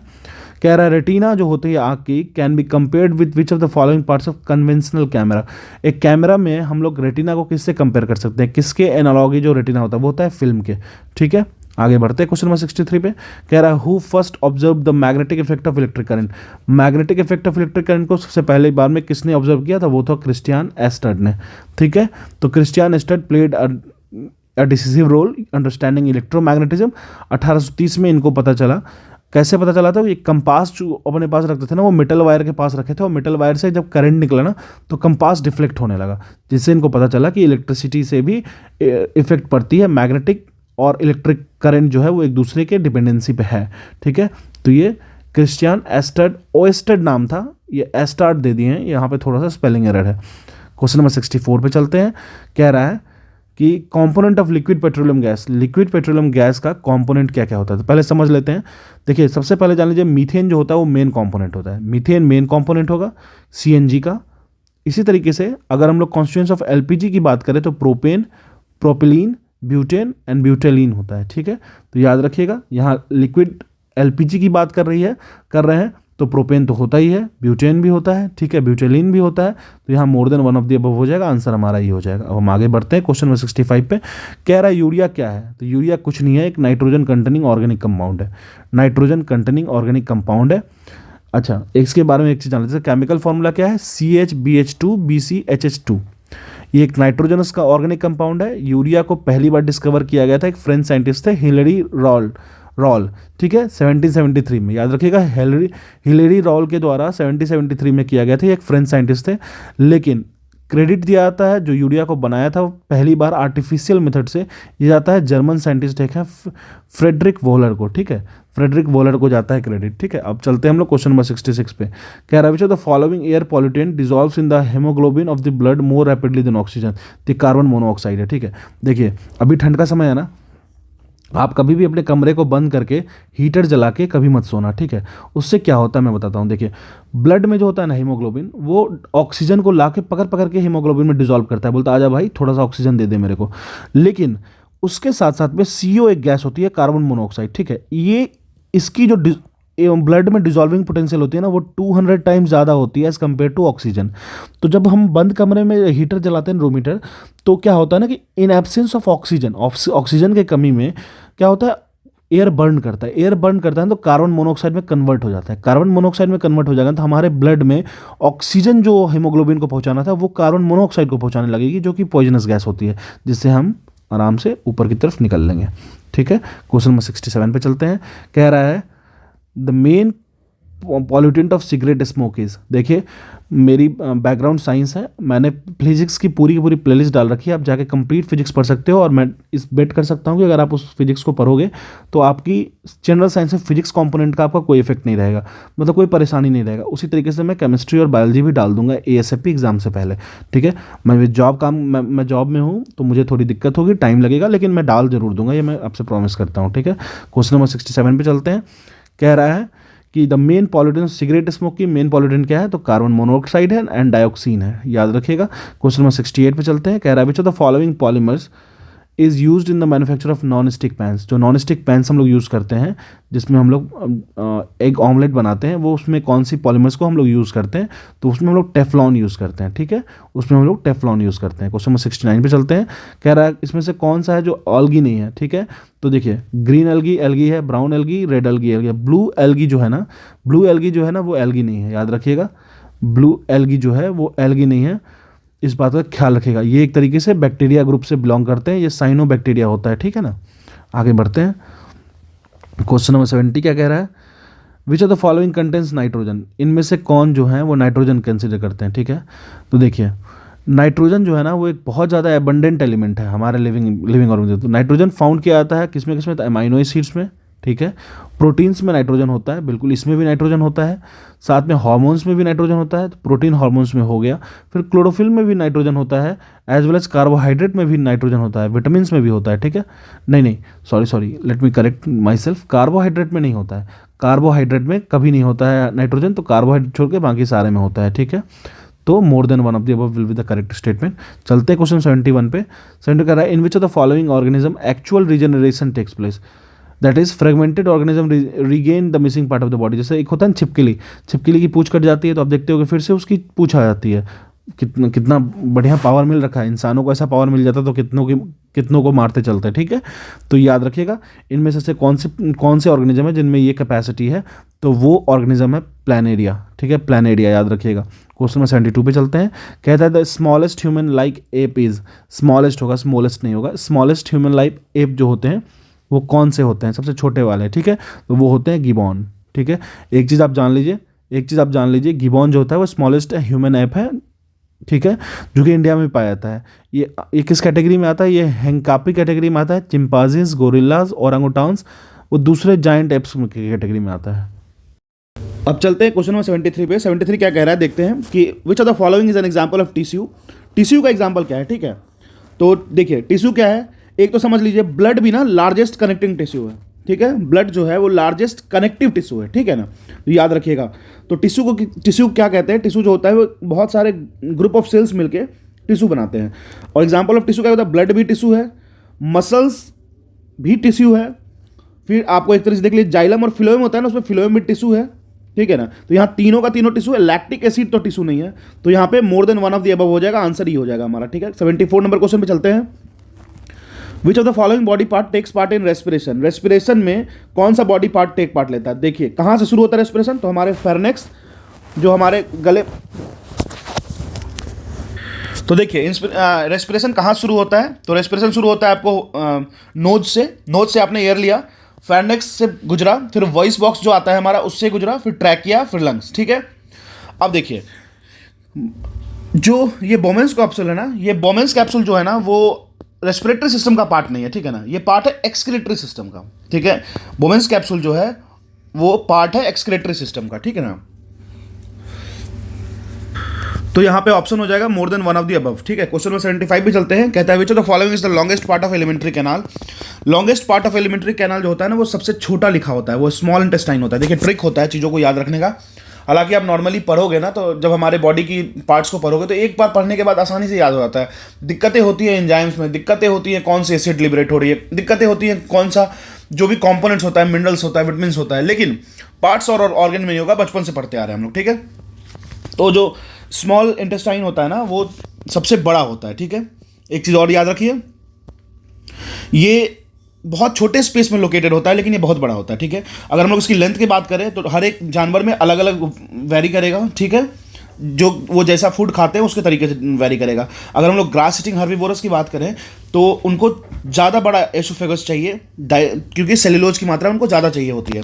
चलते क्वेश्चन 76 पे कह रहा है following is a genetic disorder. कौन सा ऐसा है जो जेनेटिक डिसऑर्डर है, ठीक है।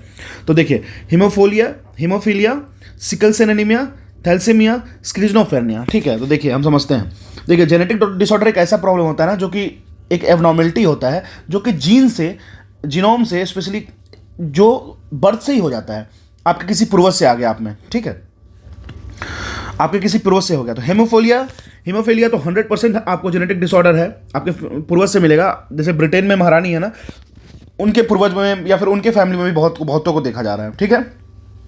उसके बाद देखिए हीमोफीलिया हो गया, फिर सिकल सेल एनीमिया भी, ये भी एक तरीके का जेनेटिक डिसऑर्डर है।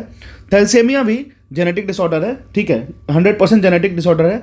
और स्क्रिजनोफेरेनिया जो होता है, इसमें आदमी बाइपोलर डिसऑर्डर की तरह की बीमारी है, आदमी एक तरीके से हल्का डिप्रेस्ड स्टेट में चला जाता है और वियर्ड थिंग्स करता है, ठीक है। तो ये चारों का चारों जो है ना वो एक जेनेटिक डिसऑर्डर है, तो ऑप्शन ई हो जाएगा, that is more than one of the above, that is all of the given options are genetic disorders, ठीक है। अब देखिए कह रहा है which of the following is affected by emphysema, ठीक है। इम्फेसेमा की वजह से कौन इफेक्टेड होगा, ठीक है। तो ये होता है आपको लंग्स होता है। एक मिनट इम्फेसेमा की वजह से जो इफेक्टेड होता है ना, इम्फेसेमा की वजह से वो होता है किडनी, ठीक है, वो किडनी होता है। अब इसके बारे में हम लोग जान लेते हैं थोड़ा सा। देखिए इम्फेसेमा क्या है, एक ये इनहेलेशन, मुझे थोड़ा सा करेक्ट करना पड़ेगा, एम्फेसेमा है ना वो डायरेक्ट इफेक्ट करता है लंग्स को। देखिए ऑप्शन उल्टा पुल्टा दे रखे हैं, देखिए लंग्स को इफेक्ट डालता है क्योंकि ये एक तरीके की स्मोकिंग डिजीज है। अगर आप अगर आप कुछ इनहेल कर लेते हो ना जो आपको नहीं करना चाहिए, जैसे हाई वैल्यू में निकोटीन हो गया, फिर बहुत सारे डिफरेंस कंपोनेंट हो गया, तो इससे क्या होता है हमारे लंग्स को अगर हम लोग लंबे समय तक एक्सपोज कर रहे हैं ना किस चीज़ से, जैसे स्मोकिंग कर रहे हैं, इसलिए तो स्मोक कभी नहीं करना चाहिए। अगर आप लॉन्ग समय तक कर रहे हो तो एक धीरे धीरे करके एक ऐसा एक्सपोजर्स होगा आपके लंग्स में कि वो इफेक्ट करेगा और इस चीज़ को भी जनरेट कर सकता है। चलते क्वेश्चन में 78 पे। 78 क्या कह रहा है इसमें से, विच of the following is our life style disease. तो लाइफ स्टाइल डिजीज कौन कौन सा है, ठीक है, समझते हैं पहले लाइफ स्टाइल डिजीज होता क्या है। लाइफ स्टाइल डिजीज तो होता है ना कि जैसे कि आप देखिए सीधी सी बात है कि एक ऐसा डिजीज जो आपके रहन सहन आपके बिहेवियर की वजह से होता है। तो ये ज़्यादा से ज़्यादा ये डिजीज ना इंडस्ट्रियल डिजीज कहते हैं इसको, ये काफ़ी ऐसे शहरों में होता है जो काफ़ी डेवलप कर चुका है, ठीक है, जैसे आर्थराइटिस हो गया, अल्जाइमर हो गया, अस्थमा हो गया, कैंसर हो गया, ओबेसिटी हो गया, हार्ट डिजीज हो गया, ये सारा ओबेसिटी, अर्थराइटिस, अल्जाइमर डिजीज, भूलने की बीमारी होती है अल्जाइमर में, हार्ट डिजीज, ये सारा मैक्सिमम जो होता है ना वो लाइफस्टाइल डिजीज। आप कैसे खाते पीते हो, बर्गर पिज्जा मोमोज खा रहे हो, ठीक है, तो हार्ट डिजीज हो जाएगा, ओबेसिटी हो जाएगा, ठीक है, तो ये सारा आता है। तो ये मोर than one of the above answer होगा हमारा, और एग्जैक्ट आंसर हमारा हो जाएगा ई, ठीक है। बढ़ते हैं क्वेश्चन 79 पे, कहता है which of the following is are communicable disease. ऐसा कौन सा डिजीज है जो फैलता है, कम्युनिकेबल है, जो कि ट्रांसफरेबल होता है वन पर्सन से अनदर में, ठीक है। देखिए कम्युनिकेबल डिजीज तो आपको पता चल गया कि एक पर्सन से अनदर में ट्रांसफर होगा, ठीक है। ऐसे डिजीज जो होते हैं ना वो स्प्रेड करते हैं इन्फेक्टेड एनिमल, जो इन्फेक्टेड है और दूसरे में ट्रांसमिट कर जाएगा, ठीक है। अब ये ट्रांसमिशन जो होता है ना वो डिफरेंट तरीके से हो सकता है, एयर से भी हो सकता है, वाटर सरफेस से भी हो सकता है जो कि गंदा है, और साथ साथ में डायरेक्ट कॉन्टैक्ट से भी होता है, ठीक है। अब डिजीज कौन सा, जीका वायरस जो है, जीका जो है वो भी है, सार्स वायरस वो भी कम्युनिकेबल है, चिकनगुनिया भी कम्युनिकेबल डिजीज है, चिकनगुनिया भी कम्युनिकेबल डिजीज है, एवियन इन्फ्लुएंजा भी कम्युनिकेबल डिजीज है। इसी के साथ साथ जॉन्डिस और कॉलरा और टीबी तो 100% है। तो यहाँ पे more than one of the above हो जाएगा, ऑप्शन ही हमारा करेक्ट आंसर हो जाएगा। चलते क्वेश्चन नंबर 18 पे, कह रहा है एमेनियोसेंटोटिस, एमेनियोसेंटोसिस इज अ मेथड। ये जो मेथड है वो क्या बताता है, ठीक है, तो ये मेथड बताता है आपको the sex of the embryo, जो एम्ब्रायो है ना उसकी सेक्स क्या है। लेकिन देखिए ये एक तरीके का डायग्नोसिस टेस्ट है, ठीक है, इसको यूज करते हैं हम लोग जानने के लिए कि जो एम्ब्रायो है ना वो हेल्दी कंडीशन में है कि नहीं है, उसको कोई जेनेटिक हेल्थ कंडीशन तो नहीं है, जैसे कि Down syndrome, thalassaemia, haemophilia ETC, ठीक है। और एक तरीके से जान लीजिए कि यही जो टेस्ट है ना ये बैन है इंडिया में, ये आप करवा नहीं सकते हो। एक तरीके से ये जो ना सेक्स बताता है कि ये मेल है कि फीमेल है, और आपको पता ही है इंडिया में जो सेक्स रेशियो है बहुत ख़राब है, बहुत ख़राब है। इसका वजह एक ही है कि हम पहले टेस्ट कर लेते हैं, फिर डिसाइड करते हैं कि बेटा होगा वो नालायक बेटा होगा जो आगे चल के मुझे घर से निकाल देगा। उसके लिए हम क्या करते हैं, जो बेटियां होती हैं उनको फोर्टिस में ही, मतलब पेट में ही उसको मरवा देते हैं, ठीक है। ऐसा होता है हमारे इंडिया में, अभी भी होता है, पहले तो बहुत होता था, अब थोड़ा कम हो रहा है, थोड़े लोग एडुकेटेड हो रहे हैं, बढ़ रहा है, अब चीज़ों को थोड़ा कंट्रोल में आ रहा है, लेकिन अभी भी टाइम है।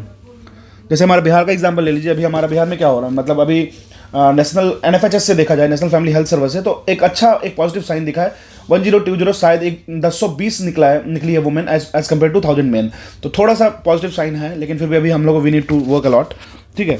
अब चलते हैं 81 पे, कह रहा है which of the following is not an artificial sweetener. ऐसा कौन सा इनमें से कौन है जो आर्टिफिशियल स्वीटनर नहीं। आर्टिफिशियल स्वीटनर कहने का मतलब हुआ कि ऐसी चीज़ें जिससे हम लोग मीठा तो कर देंगे लेकिन वो शुगर नहीं होगा, ठीक है। तो वो क्या क्या है देख लेते हैं। देखिए एस्पार्टेन है, एलिटेम बिल्कुल है, एक ही समझते हैं, और सुक्रोलोज भी है, सुक्रेलोज है, सुक्रोज नहीं है, ठीक है ना। तो यहाँ पे क्या जो आर्टिफिशियल स्वीटनर नहीं है वो है स्टेविया। देखिए अब जैसे आप तो बोलोगे ये तीनों नेम कौन याद रखेगा, तो आप एक लिस्ट बना लो ना कहीं पे, आर्टिफिशियल स्वीटनर के 3 नेम याद कर लो, क्या दिक्कत है, क्वेश्चन एग्जाम में आ जाएगा, आपसे बन जाएगा तो आप खुश हो जाओगे, 2 मार्क्स मैटर करते हैं यार, ठीक है। 81 हो गया, अब आगे चलते हैं, सुनिए 81 की कुछ एक्सप्लेनेशन देख लेते हैं, ठीक है। देखिए शुगर क्या होता है ना, जनरली देखा जाता है स्वीटनर जो टेबल शुगर होता है, जो सुक्रोज होता है, जो हम लोग यूज़ करते हैं, ठीक है, उसके सब्स्टिट्यूट को कहते हैं जो आर्टिफिशियल शुगर यूज़ करेंगे, ठीक है। अब देखिए स्टेविया जो है ना, ये क्या है, ये एक लो कैलोरी नेचुरल स्वीटनर है and alternative sugar extracted from leaves of the plant of species. देखिए एक प्लांट से इसको एक्सट्रैक्ट किया जाता है, ठीक है ना, इसीलिए इसको आर्टिफिशियल नहीं कहा जाता है, लेकिन ये शुगर ही है, लेकिन ये आर्टिफिशियल नहीं है। चलते हैं क्वेश्चन 82 पे, कह रहा while driving ear drum of a diver can get damage. अगर हम लोग नीचे तैरते हैं ना, जब समुद्र के बहुत अंदर जाते हैं तो हो सकता है कि हमारा जो ईयर ड्रम है वो फट जाएगा। ईयर ड्रम डैमेज हो जाएगा, ठीक है। तो उसका रीज़न क्या है, वाटर का प्रेशर बहुत ज़्यादा हाई होता है हम पे। देखिए हमारे ऊपर तो प्रेशर तो लग ही रहा है, एटमॉस्फेरिक प्रेशर, प्लस जब हम पानी के अंदर जाते हैं तो ऊपर से जो वाटर जितने भी डेप्थ में जाते जाएंगे तो वाटर का प्रेशर भी हम पे एक्सर्ट होते जाएगा, ठीक है। रो जी एच कहते हैं उसको, ठीक है। रो जी एच हम पे एक्सर्ट होते जाएगा, और जैसे जैसे एच बढ़ेगा, हाइट बढ़ते जाएगा सरफेस से, वैसे वैसे और प्रेशर बढ़ते जाएगा, और प्रेशर बढ़ते जाएगा, जिससे ईयर ड्रम फटने की पॉसिबिलिटी होती है, ठीक है। अब आगे बढ़ते हैं। क्वेश्चन 83 कह रहा है how does spraying of oil in a still water prevent the breeding of mosquito. कहते हैं ना कि जैसे पुराना नुस्खा होता था कि देखिए मच्छर जन्म ले रहा है तो जाओ उसमें तेल छीट दो, केरोसिन ऑयल छीट दो, ठीक है। तो ऐसा ये करने से आखिर कैसे हो ब्रीडिंग ऑफ मॉस्किटो रुक जाता है। देखिए जब भी हम तेल छीटते हैं ना पानी के ऊपर, तो वो क्या करता है, पानी के सरफेस टेंशन को कम कर देता है। वो क्या करता है, पानी के सरफेस टेंशन को कम कर देता है। जब भी हम ऑयल जो होता है, जब हम ऑयल पानी पे छिड़केंगे तो वो सरफेस टेंशन को कम कर देगा, ठीक है। इससे क्या होता है कि जो मॉस्किटो के लार्वा होते हैं ना, वो डूब के मर जाते हैं, ठीक है। और उनके पास उतना टाइम नहीं मिलता कि वो ब्रीड कर पाए सरफेस पे, ठीक है। तो ये क्या होता है, मॉस्किटो को ब्रीड करने में मतलब हटाने में हेल्प करता है हमें, और ब्रीडिंग रोकता है, ठीक है।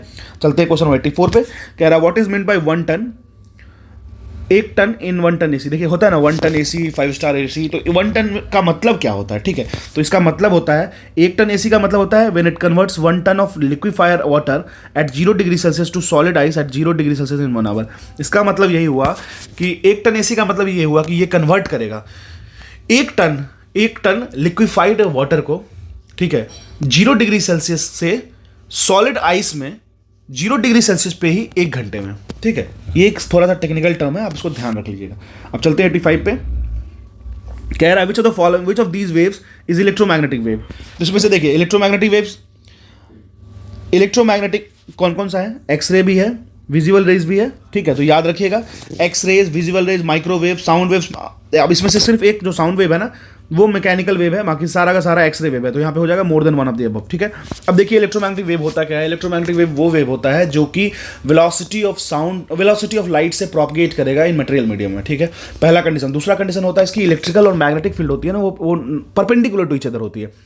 Propagation of electrical as well as magnetic field जो होती है वो परपेंडिकुलर टू ईच अदर होती है। देखिए इलेक्ट्रोमैग्नेटिक वेव पे मैं चाहूँ तो 1 घंटे के लेक्चर ले लूँ, लेकिन जरूरत नहीं है, ठीक है। आगे बढ़ते हैं क्वेश्चन 86 पे।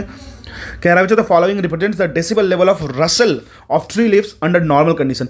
देखिए जब आप जा रहे हो ना, जब मान लीजिए थोड़ा सा विंड बह रहा है, तो जो पत्ते होते हैं ना, जैसे शीशम के पत्ते हो गए, नीम के पत्ते हो गए, अशोक के पत्ते हो गए, जो आप सुनते हो ना कितना अच्छा लगता है, क्लैंकिंग साउंड आता है हमारे ईयर में, हमें कितना अच्छा फील होता है, जैसे लगता है स्ट्रेस बस्टर है ये, ठीक है। तो ये जो होता है इसकी कितनी डीबी होती है, तो आप समझ लीजिए 20 डेसिबल जो होता है ना आपके ईयर के लिए बहुत सूदिंग होता है, ठीक है। तो ये 20 डेसिबल होता है, ठीक है। अब एक चीज़ है 10 डेसिबल जो होता है ना, वो हम लोग जब सांस लेते हैं ना 10 डेसिबल है। आंसर हमारा बी है, सांस ले रहे हैं तो 10 डेसिबल है, और अगर क्लैंकिंग साउंड जो आ रहा है ना लिप्स का जो झरझराहट की आवाज़ आती है हमारे कानों में, वो 20 डेसिबल होता है, ठीक है ना। आगे बढ़ते हैं क्वेश्चन नंबर 87 देखते हैं। कह रहा है there is a disease called slip disease. There is a disease called slip disease caused by, एक स्लिप डिजीज है वो किसकी वजह से होता है, ठीक है, वो समझते हैं। वो होता है lack of calcium in the body, ठीक है। अगर बॉडी में कैल्शियम की कमी हो जाए तो स्लिप डिजीज होता है। स्लिप डिजीज किस बारे में समझते हैं, ये एक तरीके का unicellular protozoan organism called trypanosoma. Disease का कैरियर है वो प्रोटोजोआ है, और ऑर्गेनिज्म है ट्राइपोनोमोसोमा, ठीक है। ये कैरियर जो होता है वो सेकेंडरी होस्ट करता है हमारे बॉडी में, और इसकी जो कैरियर होती है वो सी फ्लाई होती है, ठीक है। चलते हैं क्वेश्चन नंबर 88 पे। इसी में एक क्वेश्चन आ रहा है, इसको कहते हैं सिलिकैसिस ईजा। सिलिकैसिस क्या है, क्वेश्चन नंबर 88। ये एक तरीके से पल्मोनरी डिजीज है। पल्मोनरी कहने का मतलब लंग्स से रिलेटेड होता है, ठीक है। Pulmonary is a keyword for lungs. तो पल्मोनरी डिजीज की बात करें तो लंग्स की बात कर रहे हैं, ठीक है। अब चलिए, और मोस्टली जान लीजिए सिलिकैसिस क्या होता है। वैसे जो सिलिका इंडस्ट्री होता है ना, उसमें जो लेबर काम करते हैं ना, उसमें ये पल्मोनरी डिजीज होता है। अच्छा एक डिजीज मैं और आपको बताता हूँ, ठीक है। एक होता है, थोड़ा सा मुझे इसे पतला कर लेने दीजिए, ये थोड़ा एक इंटरेस्टिंग डिजीज है, ठीक है। Pneumono ultra माइक्रोस्कोपिस सिलिकोनो कोल्वोनियोसिस।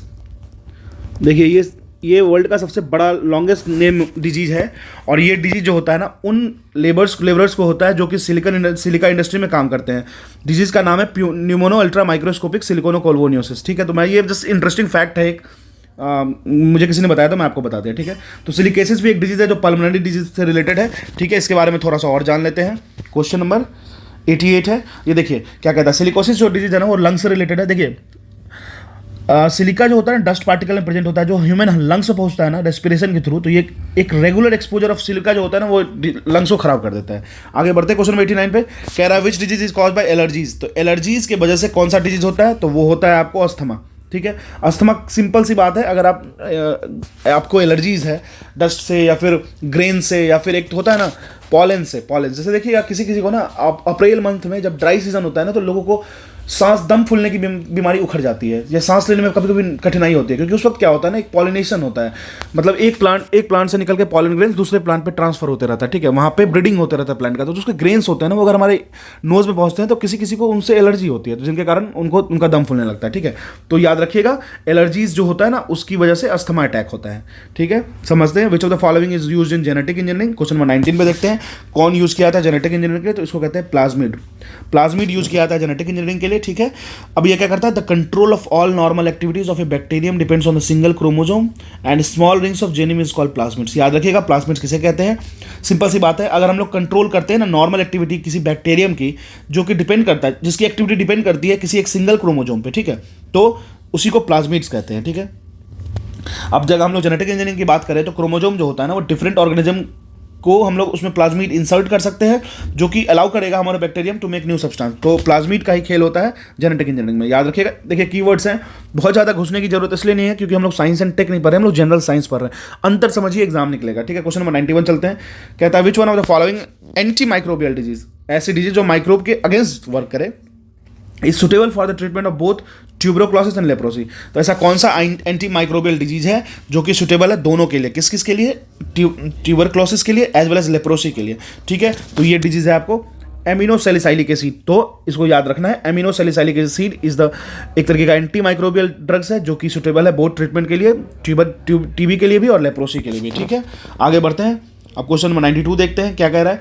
92 क्या कह रहा है, एक होता है गैसोल, ठीक है,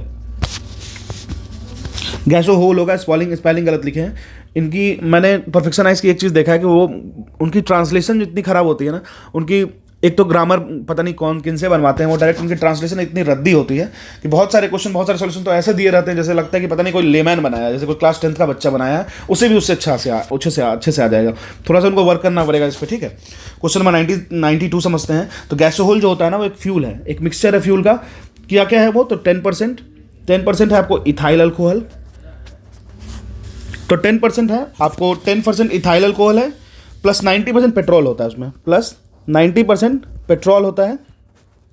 ठीक है ना, ये पेट्रोल मतलब गैसोलीन हो गया, तो इथाइल अल्कोहल प्लस पेट्रोल, तो ऑप्शन ये हो जाएगा गैसोहोल का। चलिए क्वेश्चन नंबर 93 देखते हैं। 93 क्वेश्चन नंबर क्या कह रहा है, कह रहा है diesel is use in heavy vehicle, diesel is use in heavy vehicle because diesel को हम लोग हेवी व्हीकल में यूज़ करते हैं। उसका रीज़न क्या है, तो उसका रीज़न देखिए बहुत सिंपल सा है कि इसकी इफिशियंसी हाई होती है एंड इकोनॉमिक सेविंग्स होता है। ठीक है, तो इसके बारे में थोड़ा सा जान लेते हैं। डीजल इंजन जो होता है ना वो बहुत हेवी व्हीकल्स में यूज होता है, क्योंकि क्या होता है ये ज़्यादा पावर प्रोवाइड करता है।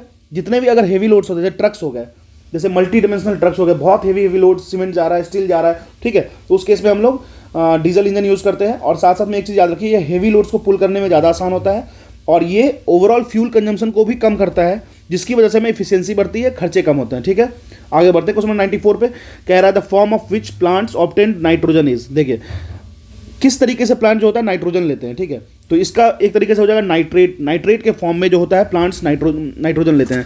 देखिए अब एक मैं आपको एक इंटरेस्टिंग फैक्ट बताता हूँ, कहीं पे कुछ दिया नहीं है। पीचर्स प्लांट एक होता है ना जो जिसके अगर प्लांट्स में जैसे नाइट्रोजन की कमी होती है ना, तो पीचर्स प्लांट होता है जो कि कीड़े मकोड़े खाता है। एक प्लांट अपने माउथ को खोल के रखेगा, जैसे उसमें कीड़े आएंगे वो बंद कर लेगा। ठीक है, तो वो क्या करता है ना, जैसे उसको नाइट्रोजन की कमी होती है ना, तो वो उस इंसेक्ट्स को खाता है और इंसेक्ट से वो अपनी नाइट्रोजन की डिफिशियंसी को पूरा करता है। ठीक है, कुछ प्लांट्स होते हैं लेगुमस प्लांट्स, वो डायरेक्ट वो ले लेते हैं लेग्यूम्स जो होता है, नाइट्रोफिक्सेशन बैक्टीरिया होता है, उसको सीधे अर्थ से ले लेते हैं, जैसे दाल के प्लांट हो गए। ठीक है, अब चलते हैं क्वेश्चन नंबर 95 पे।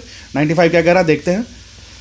हाँ, कहता है which of the following element glows automatically when kept in the air and darkness. ठीक है, तो ऐसा कौन सा एलिमेंट है जो ग्लो करेगा ऑटोमेटिकली जब उसको हम लोग रखेंगे एयर में और डार्कनेस में, एयर में लाएंगे या अंधेरे में लेके जाएंगे, तो उसके बाद क्या होगा, वो ग्लो करने लगता है ऑटोमेटिकली। ठीक है, तो ये आपको है व्हाइट फॉस्फोरस। व्हाइट फॉस्फोरस जो होता है वो ग्लो करने लगता है रात में, या फिर अंधेरे में करने से या फिर उसको हवा में निकालने से। ठीक है, तो इस चीज़ का याद रखिएगा, एक तरीके से बहुत सी प्रायर फैक्ट है। ठीक है ना, अब आगे चलते हैं, कहता है क्वेश्चन नंबर 96, कह रहा है which of the following is a modified stem, कौन सा ऐसा जो मॉडिफाइड स्टेम है, ठीक है। देखिए इस तरीके का बायोलॉजिकल क्वेश्चन है ना, जो प्लांट से रिलेटेड है, जैसे बड क्या हो गया, फिर स्टेम क्या हो गया, फिर प्लांट्स क्या हो गया, ऐसे बहुत पूछता है बीपीएससी। तो बीपीएससी पे खास देखिए नेचर ऑफ एग्जाम को समझिए और उस पर वर्क कीजिए, ठीक है। तो ये हो जाएगा पोटैटो जो है ना वो एक मॉडिफाइड स्टेम है, देखिए निकलता लेकिन रूट्स के पास से है, लेकिन वो रूट्स नहीं होता है, वो मॉडिफाइड स्टेम है, ठीक है ना, इस बात का ख्याल रखिएगा, ठीक है। 96 का डी हो गया। अब चलते हैं 97 पे। 97 क्या कह रहा है, the number chromosome in any species, तो कितना क्रोमोजोम्स होता है किसी भी स्पेसीज में, उसका कंडीशन क्या है। तो देखिए ये हमेशा कांस्टेंट रहेगा, नंबर ऑफ क्रोमोजोम्स जो रहेगा ना किसी स्पेसीज में वो हमेशा कांस्टेंट रहेगा। किसी भी एक पर्टिकुलर स्पेसीज की क्रोमोजोम फिक्स रहती है, कांस्टेंट रहती है, ये कभी भी नहीं बदलता, आपके एज के साथ, आपके वेट के साथ कभी चेंज नहीं होता, ठीक है। अब चलते हैं क्वेश्चन नंबर 98 पे। 98 क्या कह रहा है change in base sequence with in a gene is called, अगर हम लोग किसी भी जीन जो जेनेटिक की सबसे स्मॉलेस्ट कंपोनेंट होती है जीन, उसके अगर बेस को हम लोग बेस सीक्वेंस को चेंज कर देना तो क्या हो जाएगा, तो सिंपल सी बात है, वो हो जाएगा म्यूटेशन। कहते हैं ना मूवीज़ देखते होंगे, मैट्रिक्स देखते होंगे, मूवीज़ में बहुत सारा कहते हैं कि म्यूटेट कर देंगे इसको। अब देखिए जेनेटिकल म्यूटेशन क्या होता है, माना जाता है कि मछली कभी पानी में चलिए जैसे ह्यूमन म्यूटेट किया है, ठीक है ना, पहले अब वो उसके पास टेल थे, वो धीरे धीरे करके टेल को श्रेड किया और फिर ह्यूमन की तरह बन गया, तो म्यूटेशंस होता है, ठीक है। अभी भी माना जाता है कि जो छिपकली होते हैं ना वो डायनासोर्स के ही पहले पोर्शंस हैं, तो डायनासोर ही मतलब छिपकली ही म्यूटेट करके, या फिर वाइस वर्सा भी हो सकता है, पॉसिबल तो कुछ भी है। तो एक तरीके से जीन में बेस सीक्वेंस चेंज होता है जिसकी वजह से म्यूटेशन होता है, ठीक है। आगे बढ़ते हैं क्वेश्चन नंबर 99 पे। क्वेश्चन नंबर 99 क्या कह रहा है, what is the reason for the viscosity of human blood. देखिए विस्कोसिटी का मतलब क्या होता है, कौन कितना ज़्यादा फ्लो कर सकता है सरफेस पे। आप सरफेस पे गिरा दीजिए, पानी गिरा दीजिए, ब्लड गिरा दीजिए, तेल गिरा दीजिए और शहद गिरा दीजिए, चारों गिरा दीजिए, फिर देखिए कौन कितने जल्दी उसके सरफेस लेयर को लेके बहता है, आगे की तरफ फॉरवर्ड मोशन होता है, ठीक है। तो देखिएगा पानी जल्दी बह जाएगा, तेल थोड़ा स्लो बहेगा, ठीक है, ब्लड थोड़ा पानी के बाद ब्लड बहेगा, उसके बाद देखिएगा तो शहद जो होगा सबसे स्लोली बहेगा, ठीक है। तो ये विस्कोसिटी होता है किसी भी फ्लूइड का, ठीक है। तो अब कह रहा है कि किसी ह्यूमन के ब्लड में विस्कोसिटी क्यों होती है, तो इसका रीजन है क्योंकि ब्लड में प्रोटीन्स होता है, ठीक है। तो जो भी कारण है ना विस्कोसिटी ऑफ ह्यूमन ब्लड्स के लिए, तो क्योंकि ब्लड में प्रोटीन होता है, इसी वजह से ह्यूमन की ब्लड विस्कस होती है, ठीक है। क्वेश्चन नंबर 100 पे चलते हैं। 100 क्या कह रहा है, अब कह रहा है देखिए एंथोफोबिया होता है, ठीक है ना, ये किस चीज़ की फियर होती है, ठीक है। तो ये फियर होती है फ्लावर्स की। सोचिए फ्लावर से ही फियर हो जाए तो कितना डर हो जाएगा। अगर मान लीजिए जैसे वैलेंटाइन डे आ रहा है तो आप लेके गए फ्लावर किसी के लिए, उसको फियर है, तो पहले दिन ही आपकी कट गई, ठीक है। तो याद रखिएगा एंटोफोबिया जो है, एंथोफोबिया वो फियर ऑफ फ्लावर्स है। क्वेश्चन नंबर 101 पे चलते हैं। कहता है फ्रूट्स जो होता है, fruits stored in cold cell last longer. अब हम लोग जो फ्रूट्स को रखते हैं ना कोल्ड स्टोरेज में या फिर फ्रिज में, तो वो ज़्यादा देर तक क्यों रह जाता है, ठीक है। तो सीधी सी बात है, इसमें कोई बहुत बड़ी जादू नहीं है। यहाँ पे क्या होता है ना, जो रेस्पिरेशन की रेट होती है ना, सड़ने गलने की जो रेट होती है ना, उसमें से जो मॉइस्चर एक्सट्रैक्ट करके बाहर फेंकने की रेट होती है ना, जो धीरे धीरे डिकम्पोज हो रही है, उसकी रेट को स्लो कर देता है। वो कुछ करता नहीं है, स्लो कर देता है, 2-3 दिन आगे कर देगा, ठीक है। अब चलते हैं 102 नंबर क्वेश्चन पे। कह रहा है अल्ट्रा हाई फ्रिक्वेंसी, जैसे kilo hertz, mega hertz, giga हर्ज, ठीक है, जो वेव्स होते हैं, अल्ट्रा हाई फ्रिक्वेंसी वेव्स होते हैं ना, वो यूजुअली ट्रांसमिट किए जाते हैं कैसे, ठीक है। अल्ट्रा हाई फ्रिक्वेंसी मतलब ऐसे वेव जिसकी फ्रिक्वेंसी काफ़ी हाई है, मतलब टाइम पीरियड उसकी बहुत कम होगी, क्योंकि frequency equals to 1 by time period, ये भी याद रखिएगा, ठीक है। तो अब हम लोग इसको देखते हैं, इसको कैसे ट्रांसमिट किए जाते हैं। तो इसको की जाती है स्पेस वेव से, स्पेस के थ्रू इसको ट्रांसमिट की जाती है, ठीक है। 102 नंबर क्वेश्चन हो गया। और एक चीज़ और समझ लेते हैं कि अल्ट्रा हाई फ्रिक्वेंसी तो करते ही स्पेस से, इसके साथ साथ वेरी हाई फ्रिक्वेंसी वेव्स भी होता है, और माइक्रोवेव्स को भी इसी फॉर्म में हम लोग ट्रांसमिट करते हैं। अब क्वेश्चन में 103 पे चलते हैं। कह रहा है मोबाइल चार्जर जो है ना, मोबाइल चार्जर वो आखिर है क्या, वो क्या है, एक स्टेप डाउन ट्रांसफॉर्मर है। मैं समझा देता हूँ ट्रांसफॉर्मर क्या होता है, स्टेप डाउन क्या होता है। देखिए ट्रांसफॉर्मर कुछ नहीं है, ट्रांसफॉर्मर एक डिवाइस है, सीधी सी डिवाइस है जो कि 2 मैग्नेटिक सर्किट को ऐड करता है, ठीक है, 2 मैग्नेटिक सर्किट को ऐड करता है और उसमें इलेक्ट्रिकल कंपोनेंट 2 मैग्नेटिक सर्किट को ऐड करता है और इलेक्ट्रिकल एनर्जी ट्रांसफर करता है। लेकिन आपको याद रखना पड़ेगा, ये जैसे प्राइमरी साइड हो गया, ये सेकेंडरी साइड हो गया, तो क्या होता है कभी कभी वोल्टेज को स्टेप करता है, वोल्टेज को स्टेप डाउन करता है, स्टेपिंग अप ऑफ वोल्टेज भी करता है, स्टेपिंग डाउन भी करता है, ठीक है। इसके लिए हम दोनों तरफ वाइंडिंग देते हैं, number of turns N1 N2 देते हैं, ठीक है। तो आप सीधी सी बात है, ज़्यादा इसमें घुसने की जरूरत नहीं है। तो मेजॉरिटी ऑफ काम हमारा ट्रांसफॉर्मर का होता है कि वोल्टेज को स्टेप अप करे और स्टेप डाउन करे, ठीक है। और लेकिन मोबाइल चार्जर में जो होता है ना, वो स्टेप डाउन ट्रांसफॉर्मर होता है। जैसे मान लीजिए 230 वोल्ट है, अगर आपके फोन में 230 वोल्ट हम लगा दिए तो फोन तो उड़ जाएगा ना, तो उसको स्टेप डाउन करके ले जाएगा 12 वोल्ट पे, 10 वोल्ट पे, जो उसकी रिक्वायरमेंट है उस पर, और उसके बाद उसको चार्ज करेगा। तो स्टेपिंग डाउन ट्रांसफॉर्मर यूज करते हैं। 104 नंबर क्वेश्चन में चलते हैं। कहता है the most used material for making transistor. देखिए ट्रांजिस्टर को बनाने के लिए सबसे ज़्यादा एबंडेंस में कौन से मेटेरियल यूज करते हैं, तो होता है सिलिकॉन। देखिए सिलिकॉन जो है ना हमारे पे एबंडेंस में, मतलब काफ़ी ज़्यादा मात्रा में, आप सैंड में भी चलिए, सिलिका सैंड में भी आपको सिलिकॉन मिल जाएगा, ठीक है। जो चमकती हुई गिट्टी होती है ना, वही सिलिकॉन है और कुछ नहीं है, ठीक है। क्वेश्चन नंबर 105 पे चलते हैं। क्वेश्चन नंबर 105 पे कह रहा है फोटोवोल्टेइक सेल, पीवी सेल जो होता है वो क्या है, वो सोलर सेल है। देखिए क्वेश्चन बहुत आसान बनाया है ये क्वेश्चन में आराम से 100+ अचीव कर सकते हो इजीली, क्वेश्चन इन्होंने आसान बनाया। तो पीवी सेल क्या होता है, सोलर सेल होता है। क्या होता है, सोलर एनर्जी को लेते हैं इलेक्ट्रिकल में कन्वर्ट करते हैं, ठीक है, याद रखिएगा, ठीक है ना। लाइट एनर्जी को लेते हैं और इलेक्ट्रिकल एनर्जी में कन्वर्ट करते हैं, ठीक है। इसमें हम लोग डिफरेंट सोलर सेल्स यूज़ करते हैं जो कि सिल्वर का बना होता है, सिल्वर की प्लेट्स यूज़ करते हैं इसमें, ठीक है। तभी तो सिल्वर की प्लेट्स को खोल के बिहार में जो चला था कि हर एक ग्राम में लगेगा तो खोल खोल के लेके चले गए सब। यहाँ तो ट्रेन चोरी हो जाती है पूरी की पूरी, ठीक है। 106, देखिए मैं आपको एक चीज़ बताता हूँ, भले मैं भी बिहार से ही हूँ, भले ही हम बिहार से हैं, लेकिन हमें इस बात का कंसीडर करना पड़ेगा ना, हमें अपनी गलतियाँ को एक्सेप्ट करनी पड़ेगी। नॉर्मली मैं देखा हूँ, मैं मेजॉरिटी ऑफ टाइम बाहर रहता हूँ, मुझे ये पता चला है ना, मैं हमेशा देखा हूँ कि जब हमारी बारी आती है ना, जब हमें चीज़ों को एक्सेप्ट करना होता है कि हाँ हमारे में ये गलती है, तो हम एक्सेप्ट नहीं करते हैं, हम वहाँ पे अड़ जाएंगे। जैसे मान लीजिए कि बिहार सबसे रिच स्टेट है, हाँ ठीक है रिच स्टेट है, हम जानते कि नहीं है, हम जानते कि यहाँ पे बहुत ज़्यादा इशूज़ हैं, लेकिन हम उस इशूज़ को की बातें नहीं करेंगे, हम उस चीज़ पे बात करेंगे कि आपने ऐसा कह क्यों दिया हमें, ठीक है। तो पीयूष गोयल जी ने जो कहा था ना, वो उस चीज़ पे दुखी होने की जरूरत नहीं है, हमें उस चीज़ों पे सोचने की जरूरत है, ठीक है। क्वेश्चन नंबर 106 पे चलते हैं। कहता है the basic unit of quantum information, ठीक है। कौन नहीं चाहता कि बिहार अच्छा हो, ठीक है। बिहार अच्छा होना है, बिल्कुल होना है, अच्छे ऑफिसर्स आएंगे, अच्छे काम करेंगे तो बिल्कुल बिहार अच्छा होगा। लेकिन हाँ, उसके लिए पहले हमें रियलाइजेशन, सेल्फ एक्चुअलाइजेशन होना जरूरी है कि हाँ ठीक है हमारी गलती है, हमारी गलती तो मानते ही नहीं है हमारे लोग, ठीक है। 106 की बात करते हैं। कहता है क्वांटम इन्फॉर्मेशन की बेसिक यूनिट क्या है, ठीक है। तो इसकी बेसिक यूनिट है क्यूबिट। क्यूबिट जो होता है वो बेसिक यूनिट होता है क्वांटम इन्फॉर्मेशन की, ठीक है। आगे बढ़ते हैं, क्वेश्चन नंबर 107 पे चलते हैं। कह रहा है एक ब्लैक होल है, वो है क्या, ठीक है। तो सीधी सी बात है, ये एक कोलैप्स्ड स्टार है। देखिए क्या होता है ना, टाइम के साथ क्या होता है, ब्लैक होल को हम लोग कहते हैं सांबा भावासम, इंडियन लैंग्वेज में यूज करते हैं।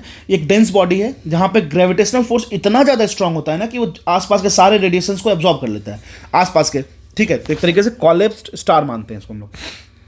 क्वेश्चन नंबर 108 पे चलते हैं। कह रहा है the lubricant for the use of heavy machines, जो हेवी मशीनरी होती है जो वर्क करती है, जैसे आपको मान लीजिए बहुत बड़ी पंच होल मशीन हो गई, या फिर बहुत बड़ी एक तरीके से आप जेसीबी मान लीजिए, ठीक है। तो उसमें हम लोग हेवी मशीन्स में लुब्रिकेंट्स कौन सा यूज़ करते हैं, ठीक है। तो उसमें यूज़ करते हैं हम लोग ग्रेफाइट। देखिए ग्रेफाइट जब आप जैसे मान लीजिए पेंसिल है, ठीक है ना, उसको आप तोड़िएगा, उसके नोक को, उसको फिर बहुत देर अपने हाथ में रगड़िएगा तो बहुत ही सॉफ्ट एक कॉम्पोनेंट मिलेगा आपको, ठीक है। तो वो काफ़ी स्मूथ होता है, ठीक है ना। तो याद रखिए ग्रेफाइट को यूज़ करते हैं हम लोग हेवी मशीनरी में यूज़ करने के लिए। ये ग्रेस ब्लैक कलर का होता है, ठीक है। ये जो है ना एलोट्रॉप ऑफ कार्बन है, मतलब कार्बन का ही फॉर्म है लेकिन डिफरेंट फॉर्म में, ठीक है। ग्रेफाइट पाउडर जो होता है ना वो लुब्रिकेंट की तरह यूज होता है हेवी मशीन्स में, ठीक है। आगे बढ़ते हैं क्वेश्चन नंबर 109 पे।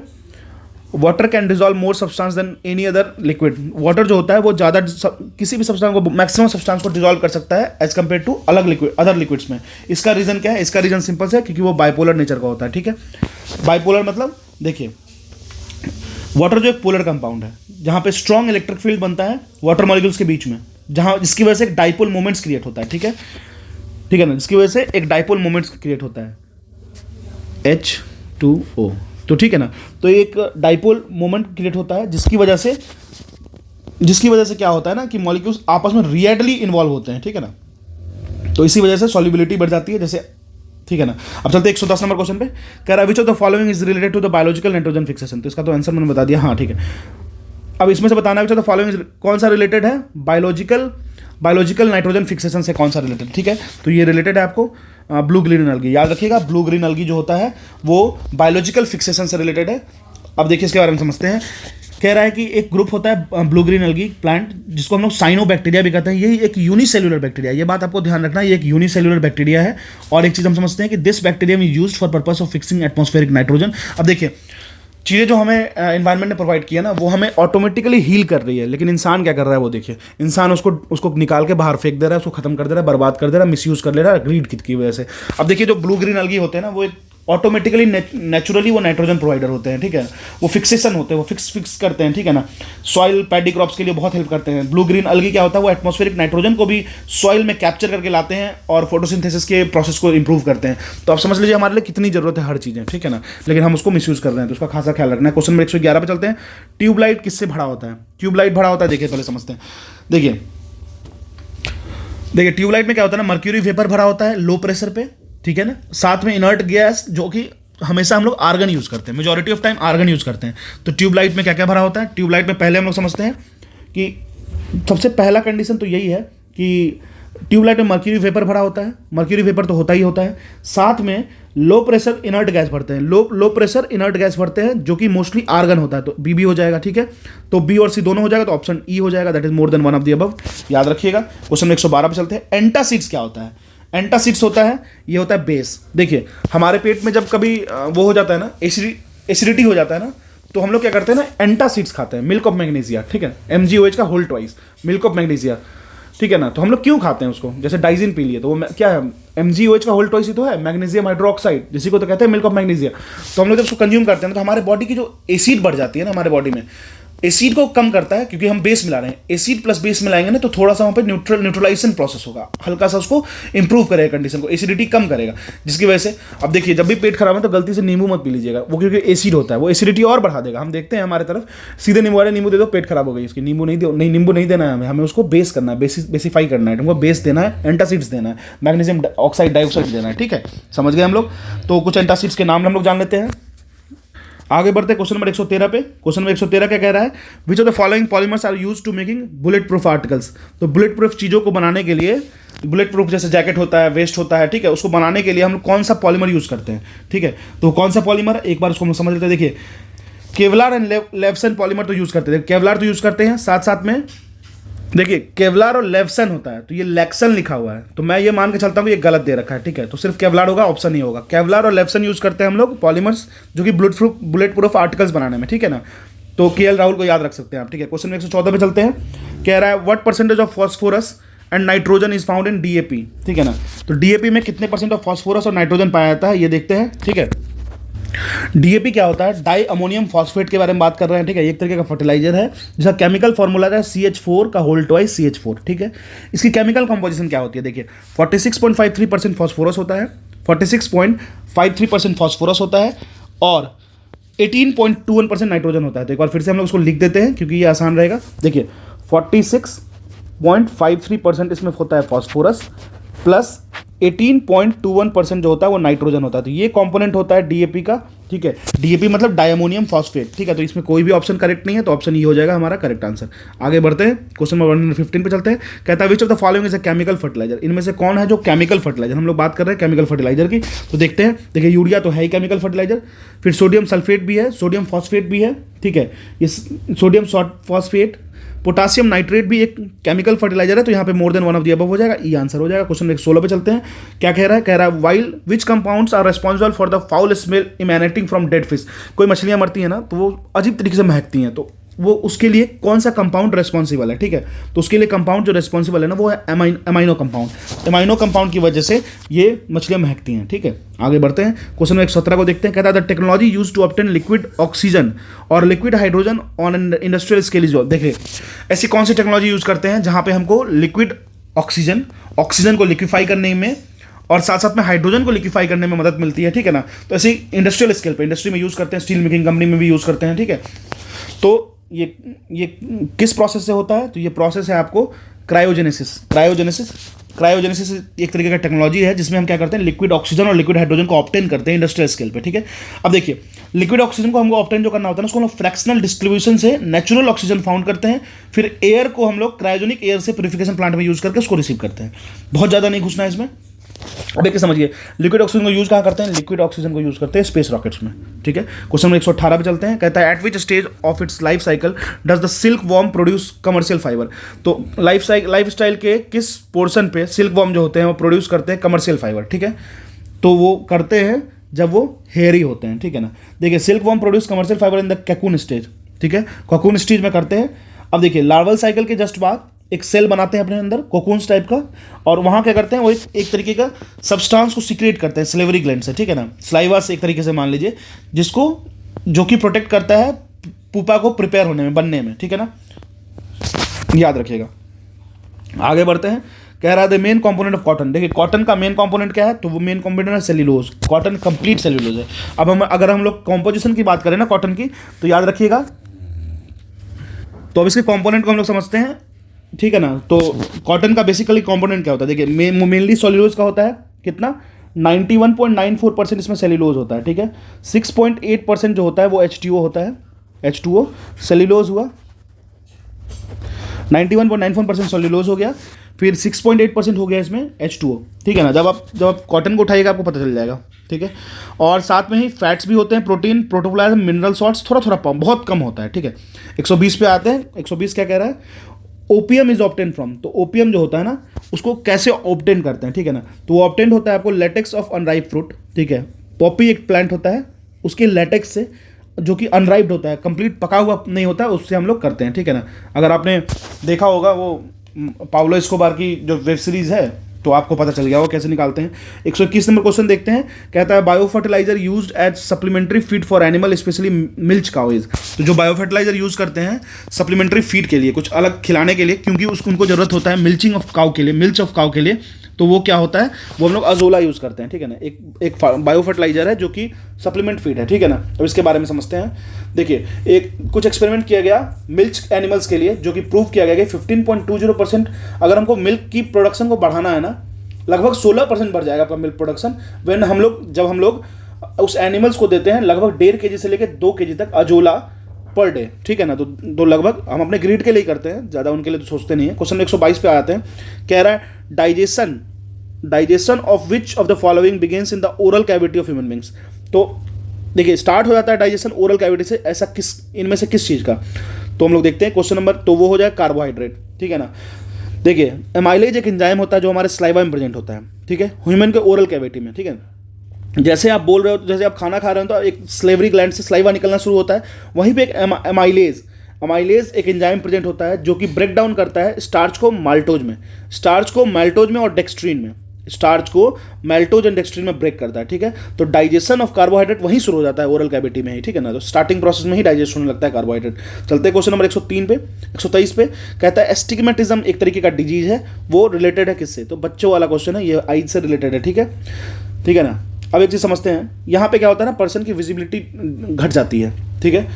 और अगर कोई पर्सन इससे अफेक्टेड है तो वो देख नहीं पाता है up and down and right and left object, मतलब ऊपर नीचे के ऑब्जेक्ट और राइट और लेफ्ट की ऑब्जेक्ट, ठीक है ना। यहाँ पे जो हम लोग यूज़ करते हैं उसको करेक्शन के लिए, उसमें सिलेंड्रिकल लेंस यूज़ करते हैं इस डिजीज़ को खत्म करने के लिए। अब चलते हैं, देखिए, मायोपिया, हाइपरमेट्रोपिया, एस्टिग्मेटिज्म, कैटरैक्ट, इस 4 डिजीज़ को आप आज जाइए कहीं पे भी से भी निकालिए और रट रहिए, ये क्वेश्चन पूछता है बीपीएससी में। चलते हैं 124 नंबर क्वेश्चन पे, कहता है कोलेस्ट्रॉल क्या है। कोलेस्ट्रॉल आपको है स्टेरॉइड्स है, ठीक है ना। कोलेस्ट्रॉल क्या है? एक स्टिकी वैक्सी अल्कोहलिक सब्सटेंस है जो हमारे सेल में पाया जाता है, जो कि ऑपरेट करता है ब्लड प्लाज्मा के थ्रू ऑपरेट होता है। कोलेस्ट्रॉल जो एक तरीके का स्टीरोल है, ठीक है ना। देखिए, स्टेरॉइड्स लिख दिया है, वही तो मैं सुन पढ़ के शॉक्ड हूँ कि ऐसा कैसे पॉसिबल है। ये एक तरीके का स्टीरोल है, स्टीरॉल लिखेंगे, स्टेरॉइड नहीं लिखेंगे। स्टेरॉइड तो एक तरीके का ड्रग्स है। देखिए, मतलब कुछ भी करते हैं लोग, थोड़ा सा इनको ये सोचना चाहिए कि इतना ज़्यादा एरर नहीं होना चाहिए। हम लोग एक पोस्ट ग्रेजुएशन या ग्रेजुएशन लेवल की एग्जाम दे रहे हैं, कोई आरआरबी, एनटीपीसी या किसी छोटे लेवल की एग्जाम नहीं है कि आप गलती कर रहे हो, मिस्टेक को कंसिडर किया जा सकता है, ठीक है, चलो मिसप्रिंट हो गया, मिस्टेक हो गया, ऐसा नहीं होता है, ठीक है ना। क्वेश्चन नंबर 125 कहता है which of the following is a biological origin, ठीक है। इसमें से कौन सा जो है बायोलॉजिकल ओरिजिन का है, तो वो देखते हैं। वो आपको है कोरल तो आपको पता होगा। देखिए, इमरलैंड, रूबी, टोपाज और नॉर्थ, ये तीनों तो है ही नहीं बायोलॉजिकल ओरिजिन का। कोरल जो है ना बायोलॉजिकल ओरिजिन है। कोरल मतलब हम बहुत दिन से बहुत जगह से फाइंड किया जाता है। कोरल जो होता है, जैसे सी के अंदर मूंगा चट्टाने हो गए ना, उनके बारे में बात कर रहे हैं। अब 126 पे चलते हैं, कहता है टेट्राप्लेजिया का मतलब क्या होता है? टेट्राप्लेजिया का मतलब होता है paralysis of both hands and both legs, मतलब दोनों हाथ दोनों पैर में पैरालिसिस हो गया, इसी को कहते हैं टेट्राप्लेजिया। टेट्रा मतलब 4 होता है, याद रखिएगा। अब चलते हैं क्वेश्चन 127 पे, कह रहा है आर्टिफिशियल सिल्क जो होता है ना, उसको एक और नाम से जानते हैं, तो उसको रेयॉन से जानते हैं। रेयॉन को हम लोग आर्टिफिशियल सिल्क भी कहते हैं, ठीक है ना। आर्टिफिशियल कहने का तो सिंथेटिक फाइबर, ये हम लोग उसको इंडस्ट्रियल बना रहे हैं, हैंडमेड बना रहे हैं, ठीक है ना। 128 पे चलते हैं, कहता था fingerprint and clinical research centre is located at. Fingerprint and clinical research centre कहाँ पे लोकेटेड है? तो ये लोकेटेड है आपको हैदराबाद में। देखिए, मेडिकल फील्ड है ना, उसमें मेजॉरिटी ऑफ, जैसे सीरम इंस्टीट्यूट ऑफ इंडिया, फिर council of Indian medical institute, ये सारा मैक्सिमम जो होगा ना वो हैदराबाद के आसपास ही है, ठीक है ना। 129 नंबर क्वेश्चन पे चलते हैं, कह रहा when there is dehydration in the body the substance which normally gets lost from the body. जब हमारे बॉडी में डिहाइड्रेशन होता है ना, तो सबसे पहले जो सब्सटेंस लॉस्ट करती है ना, वो क्या है? वो होती है सोडियम क्लोराइड, NaCl, नमक की कमी हो। तभी तो हम लोग ORS की घोल पीते हैं ना, जब हमारी बॉडी डिहाइड्रेट हो जाती है। तो कितना बेसिक सा लॉजिक है, ठीक है ना। आगे बढ़ते हैं क्वेश्चन नंबर 130 पे, कह रहा है which of the following substance is herbicides. तो हर्बिसाइड्स कौन है, वो है आपको बुटाक्लोर, ठीक है। इसके बारे में जान लेते हैं हम लोग। ये क्या होता है, देखिए हर्बिसाइड क्या होता है, एक तरीके का केमिकल होता है जिसको हम लोग यूज़ करते हैं एग्रीकल्चर में वीड्स को मारने के लिए। वीड्स क्या होता है, अनवांटेड प्लांट, जो जैसे मान लीजिए हमारी प्लांट्स है, जैसे मान लीजिए हमारी प्लांट्स है, प्लांट्स, ठीक है ना, जो हम लोग एक्चुअल में लगा के रखे हैं। इसके बीच में क्या हो रहा है ना, इसके बीच में जैसे मान लीजिए हर्ब्स उग गए, तो ये अनवांटेड प्लांट्स है, इसको हम चाहते नहीं थे लेकिन ये साथ में उग गए हैं, तो इनको हटाने के लिए ना हम हर्बिसाइड यूज़ करते हैं। तो बुटाक्लोर जो है ना वो एक तरीके का एक हर्बिसाइड है, ठीक है, इसको याद रखिएगा, आगे हमारा काम आने वाला है ये बुटाक्लोर, ठीक है। आगे चलते हैं क्वेश्चन नंबर 131 पे, देखिए कहता है which one of the following has the maximum fuel value. Fuel value सबसे ज़्यादा किसकी है, तो याद रखिएगा ये हाइड्रोजन फ्यूल वैल्यू सबसे ज़्यादा होती है, ठीक है ना। हाइड्रोजन की सबसे ज़्यादा कैलोरीफिक वैल्यू होती है। कैलोरीफिक वैल्यू कहने का मतलब ये हुआ कि अगर हम उसको बर्न करते हैं ना तो सबसे ज़्यादा हीट रिलीज किस में होगा। तो देखिए आप ध्यान रखिएगा, कभी आप ये सोच भी नहीं सकते थे लेकिन हाइड्रोजन में सबसे ज़्यादा कैलोरीफिक वैल्यू है। हाइड्रोजन की पोटेंशियल काफ़ी ज़्यादा है, इसलिए तो अब साइंटिस्ट लगे पड़े हैं कि हाइड्रोजन से फ्यूल बनाते हैं हम लोग, ठीक है। तो 130 का ये हो जाएगा, जिसको हम लोग रॉकेट फ्यूल में भी यूज़ करते हैं, साथ साथ में इसकी जनरेशन हीट काफ़ी ज़्यादा होती है। 132 नंबर पर चलते हैं, कहता है potato chips are compressed in plastic bag. Plastic bag में डाल के जो कंप्रेस्ड करते हैं, देखो लेज वाले ठगते हैं ना एयर डाल के, तो हम लोग जो कहते हैं ना एयर डाला हुआ है, तो हवा नहीं डाला होता है, उसमें होता है नाइट्रोजन एटमॉस्फेयर क्रिएट करते हैं, नाइट्रोजन गैस क्रिएट करते हैं, जो कि काफ़ी ज़्यादा लेस रिएक्टिव होता है ऑक्सीजन से भी, ठीक है ना। आगे बढ़ते हैं क्वेश्चन नंबर 133 पे, कह रहा है charcoal use to decolourise raw sugar is. अगर जो कच्चा शुगर होता है उसको हम लोग जो येलो कलर का रहता है जब हम लोग बनाते रहते हैं तो उसको डीकलराइज किया जाता है एक चारकोल डाल के, ठीक है। तो वो चारकोल क्या है, तो वो आपको एनिमल चारकोल है, याद रखिएगा वो एनिमल चारकोल है, ठीक है ना। जिसको एनिमल चारकोल जो होता है उसको हम लोग ब्लीचिंग के लिए यूज़ करते हैं, उसके कलर को डी कलर करने के लिए यूज़ करते हैं, किस चीज़ की, तो ऑर्गेनिक मैटर्स की, ठीक है। आगे बढ़ते हैं क्वेश्चन नंबर 134। अब देखिए हनी की कॉन्स्टिट्यूएंट क्या क्या है, तो पहले मैं आपको कॉन्स्टिट्यूएंट ही बताऊंगा फिर आगे चलता है, ठीक है। हनी की कॉन्स्टिट्यूएंट क्या क्या है, तो देखिए हाँ फ्रुक्टोज यहाँ लिख देता हूँ, फ्रुक्टोज है प्लस ग्लूकोज है प्लस सुक्रोज है प्लस माल्टोज है प्लस वाटर है। अब कितना कितना ये देख लेते हैं। तो सुक्रोज जो है ना, फ्रुक्टोज आपको 38.2%, ग्लूकोज आपको लगभग 31.3%, ठीक है। सुक्रोज आपको 1.3%, माल्टोज आपको 7.1%, वाटर आपको 17.2%। तो सबसे ज़्यादा फ्रुक्टोज होता है, ठीक है ना, ये चीज़ का ख्याल रखना है। तो क्वेश्चन नंबर 134 जो है उसका हो जाएगा ऑप्शन ई। आगे बढ़ते हैं, कहता है which of the following fertiliser releases maximum acid in soil. तो ऐसा कौन सा फर्टिलाइजर है जो मैक्सिमम एसिड को रिलीज करता है सॉइल में, तो वो है आपको अमोनियम सल्फेट, याद रखिएगा, इसलिए इसको अवॉइड करना चाहिए डालने से, ठीक है ना। इसकी पीएच लेवल ज़्यादा होती है, एसिडिक सॉइल को एसिडिक बनाता है। क्वेश्चन नंबर 136 पे चलते हैं, कह रहा है कि leg haemoglobin is found in. Leg haemoglobin है जो वो कहाँ मिलता है, सीधी सी बात है, वो मिलता है आपको लेग्यूम रूट मॉड्यूल्स में।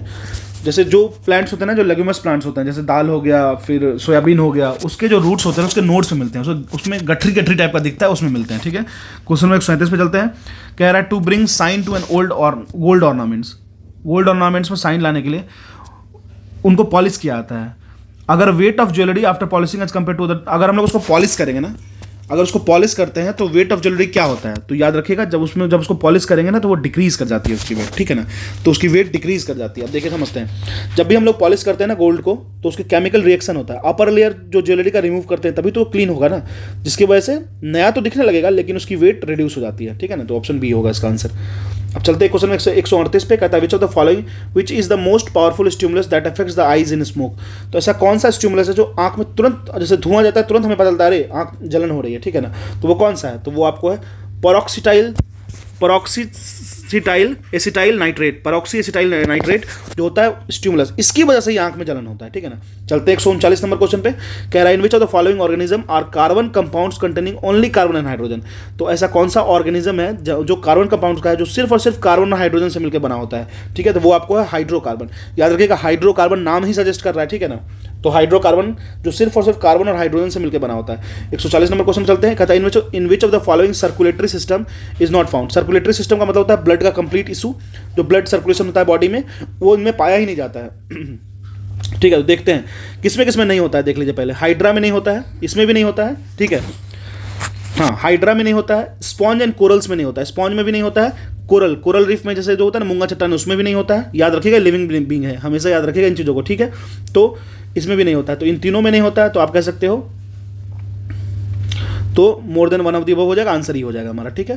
तो आंसर हमारा ई हो जाएगा, मोर than one of the above. आगे चलते हैं, कहता है which of the following phenomena can be explain by the universal law of gravitation.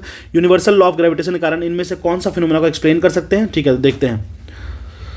देखिए, force that binds up the earth, ये भी ग्रेविटेशन को फॉलो करता है, बिल्कुल एब्सोल्युटली करेक्ट है। Motion of the moon around the sun, ये भी ग्रेविटेशन के वजह से ही होता है, यूनिवर्सल लॉ ऑफ ग्रेविटेशन को प्रूव करता है।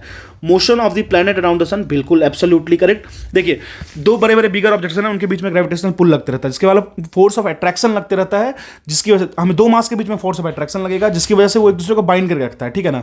तो मून और अर्थ, मून और सन, ग्रेविटेशनल पुल और ग्रेविटेशन हमेशा लगता है, एक दूसरे को बाइंड करके रखता है। अगर ग्रेविटेशन ना होना तो फॉल कर जाएंगे सब कहीं ना कहीं ब्लैक होल में, ठीक है।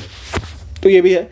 And flow of tides due to moon and sun, बिल्कुल ये भी ग्रेविटेशन है। तो चारों का चारों ग्रेविटेशन के यूनिवर्सल लॉ को डिफाइन करता है। So more than one of the above, answer ही हो जाएगा हमारा। आगे बढ़ते हैं क्वेश्चन 142 पे। 142 कह रहा है कि अगर हम लोग लाइट को पास करेंगे एक प्रिज्म से, which colour is deflected the most, सबसे ज्यादा डिफ्लेक्शन किसका होगा, तो पर्पल कलर का होगा। याद रखिएगा, याद रखिएगा, विबग्योर, VIBGYOR। तो सबसे ज्यादा डिफ्लेक्शन, देखिए इसमें क्या होता है ना, रेड की एनर्जी सबसे ज्यादा होती है, ठीक है ना, क्योंकि E=hc/λ होता है। इसकी वेवलेंथ सबसे कम, एनर्जी सबसे ज्यादा होता है, ठीक है। और यही विबग्योर की बात करें ना, V की, तो इसकी एनर्जी जो होती है ना वो सबसे कम होती है, ठीक है ना। और मैंने यहाँ पे उल्टा बता दिया, ठीक है। एनर्जी जो रेड की होती है ना, वेवलेंथ सबसे ज़्यादा होती है, ठीक है, जिसके कारण उसकी एनर्जी कम होती है, तो वो सबसे कम डिफ्लेक्ट होता है। एक मिनट मुझे करेक्ट कर लेने दीजिए इसको, ठीक है, मैं उल्टा बता दिया, ठीक है।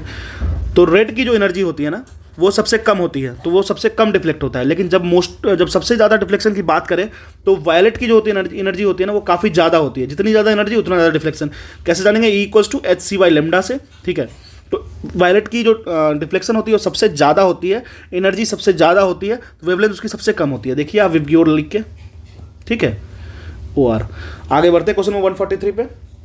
143 कह रहा है what colour does the sky appear, astronaut को स्काई किस कलर का दिखता है, ठीक है। एस्ट्रोनॉट को स्काई किस कलर का दिखता है जब वो हाई एल्टीट्यूड पे जाते हैं, तो ठीक है ना, तो बिल्कुल वो ब्लैक दिखेगा, ठीक है, क्योंकि वहाँ पे कोई रिफ्लेक्शन और स्कैटरिंग नहीं होता। ये चीज़ याद रखिएगा। जब हम लोग ऊपर जाते हैं ना तो कोई वहाँ पे एटमॉस्फेयर नहीं होता अर्थ का, ठीक है। तो एटमॉस्फेयर होगा ही नहीं तो स्कैटरिंग कैसे होगा, स्कैटरिंग नहीं होगा तो क्या होगा, स्काई हमारा हमेशा ब्लैक दिखेगा, ठीक है ना। चलते क्वेश्चन नंबर 144 पे। अब कह रहा है कॉन्वेक्स मिरर जो होता है, कॉन्वेक्स लेंस सॉरी, इसको यूज़ करते हैं किस चीज़ों में, तो याद रखिएगा इसको हम लोग आई के लिए यूज़ करते हैं, माइक्रोस्कोप के लिए भी यूज़ करते हैं, टेलीस्कोप के लिए यूज़ करते हैं, पेरिस्कोप के लिए यूज़ करते हैं, ठीक है, क्योंकि ये प्रिज्म और मिरर भी बनाने में यूज़ होता है। तो यहाँ पे more than one of the above, answer ही हो जाएगा। क्वेश्चन में देखिए एप्लीकेशन पार्ट, बीपीएससी में एप्लीकेशन पार्ट पे आपको बहुत ज़्यादा फोर्स करना है, ठीक है। 145 पे चलते हैं। कह रहा है मिजनर इफेक्ट जो होता है वो किस चीज़ से रिलेटेड है, ये रिलेटेड है आपको सुपर कंडक्टिविटी से, ठीक है ना। देखिए सुपर कंडक्टिविटी कहने का क्या मतलब हुआ, सुपर कंडक्टिविटी कहने का क्या मतलब हुआ कि जैसे मान लीजिए कोई एक कंडक्टर है, इसकी रेजिस्टेंस की वैल्यू R थी, ठीक है, इसमें करंट फ्लो कर रही है I, मान लेते हैं I फ्लो कर रही है।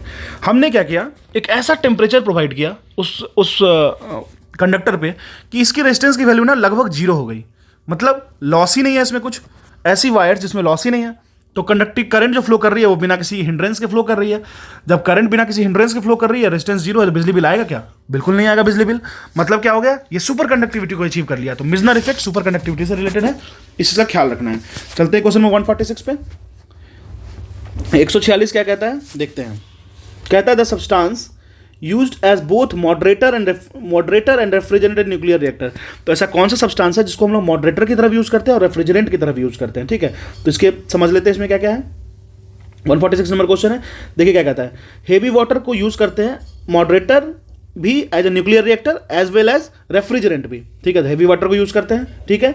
अब एक समझते हैं, जो हेवी वाटर होता है ना वो oxides of hydrogen isotope deuterium होता है, ठीक है। तो इसका आंसर हो जाएगा बी, ठीक है ना। तो आंसर बी हो जाएगा। आगे चलते हैं 147 पे। कह रहा है कैलामाइन एक सॉल्यूशन होता है, ठीक है ना। 147 कैलामाइन एक सॉल्यूशन होता है जिसको अप्लाई किया जाता है स्किन पे। जब हम लोग एंट बाइट कर लेगा ना, तो एंट बाइट करता है ना तो वो एक एसिड छोड़ देता है हमारे बॉडी में, उसको कहते हैं फॉर्मिक एसिड, ठीक है। फॉर्मिक एसिड, देखिए एक्सप्लेनेशन में ये सब दिया नहीं है, लेकिन मैं बता दे रहा हूँ, जो मुझे पता है मैं ऐड कर दे रहा हूँ। तो फॉर्मिक एसिड होता है, ठीक है ना, वो हमारे ये बीपीएससी में भी पूछ रखा है क्वेश्चन ये, कि स्टिंग के बी करने पे, एंड के बी करने पे कौन सी एसिड को वो हमारे बॉडी में इंजेक्ट करता है, तो वो होता है फॉर्मिक एसिड। तो देखिए तो कैलामाइन सॉल्यूशन का नेचर क्या होता है, ठीक है ना, तो इसका नेचर क्या होता है, इसका नेचर होता है एल्केलाइन, क्योंकि वो एसिड डालते हैं तो एल्केलाइन हम डालेंगे तो थोड़ा सा रेक्टिफाई होगा, ठीक है। अब आगे चलते हैं। और मोस्टली जो मिक्सर होता है ना वो जिंक ऑक्साइड और फेरिक ऑक्साइड का होता है, या जिंक कार्बोनेट कंपाउंड का होता है, ठीक है। 148 पे चलते हैं।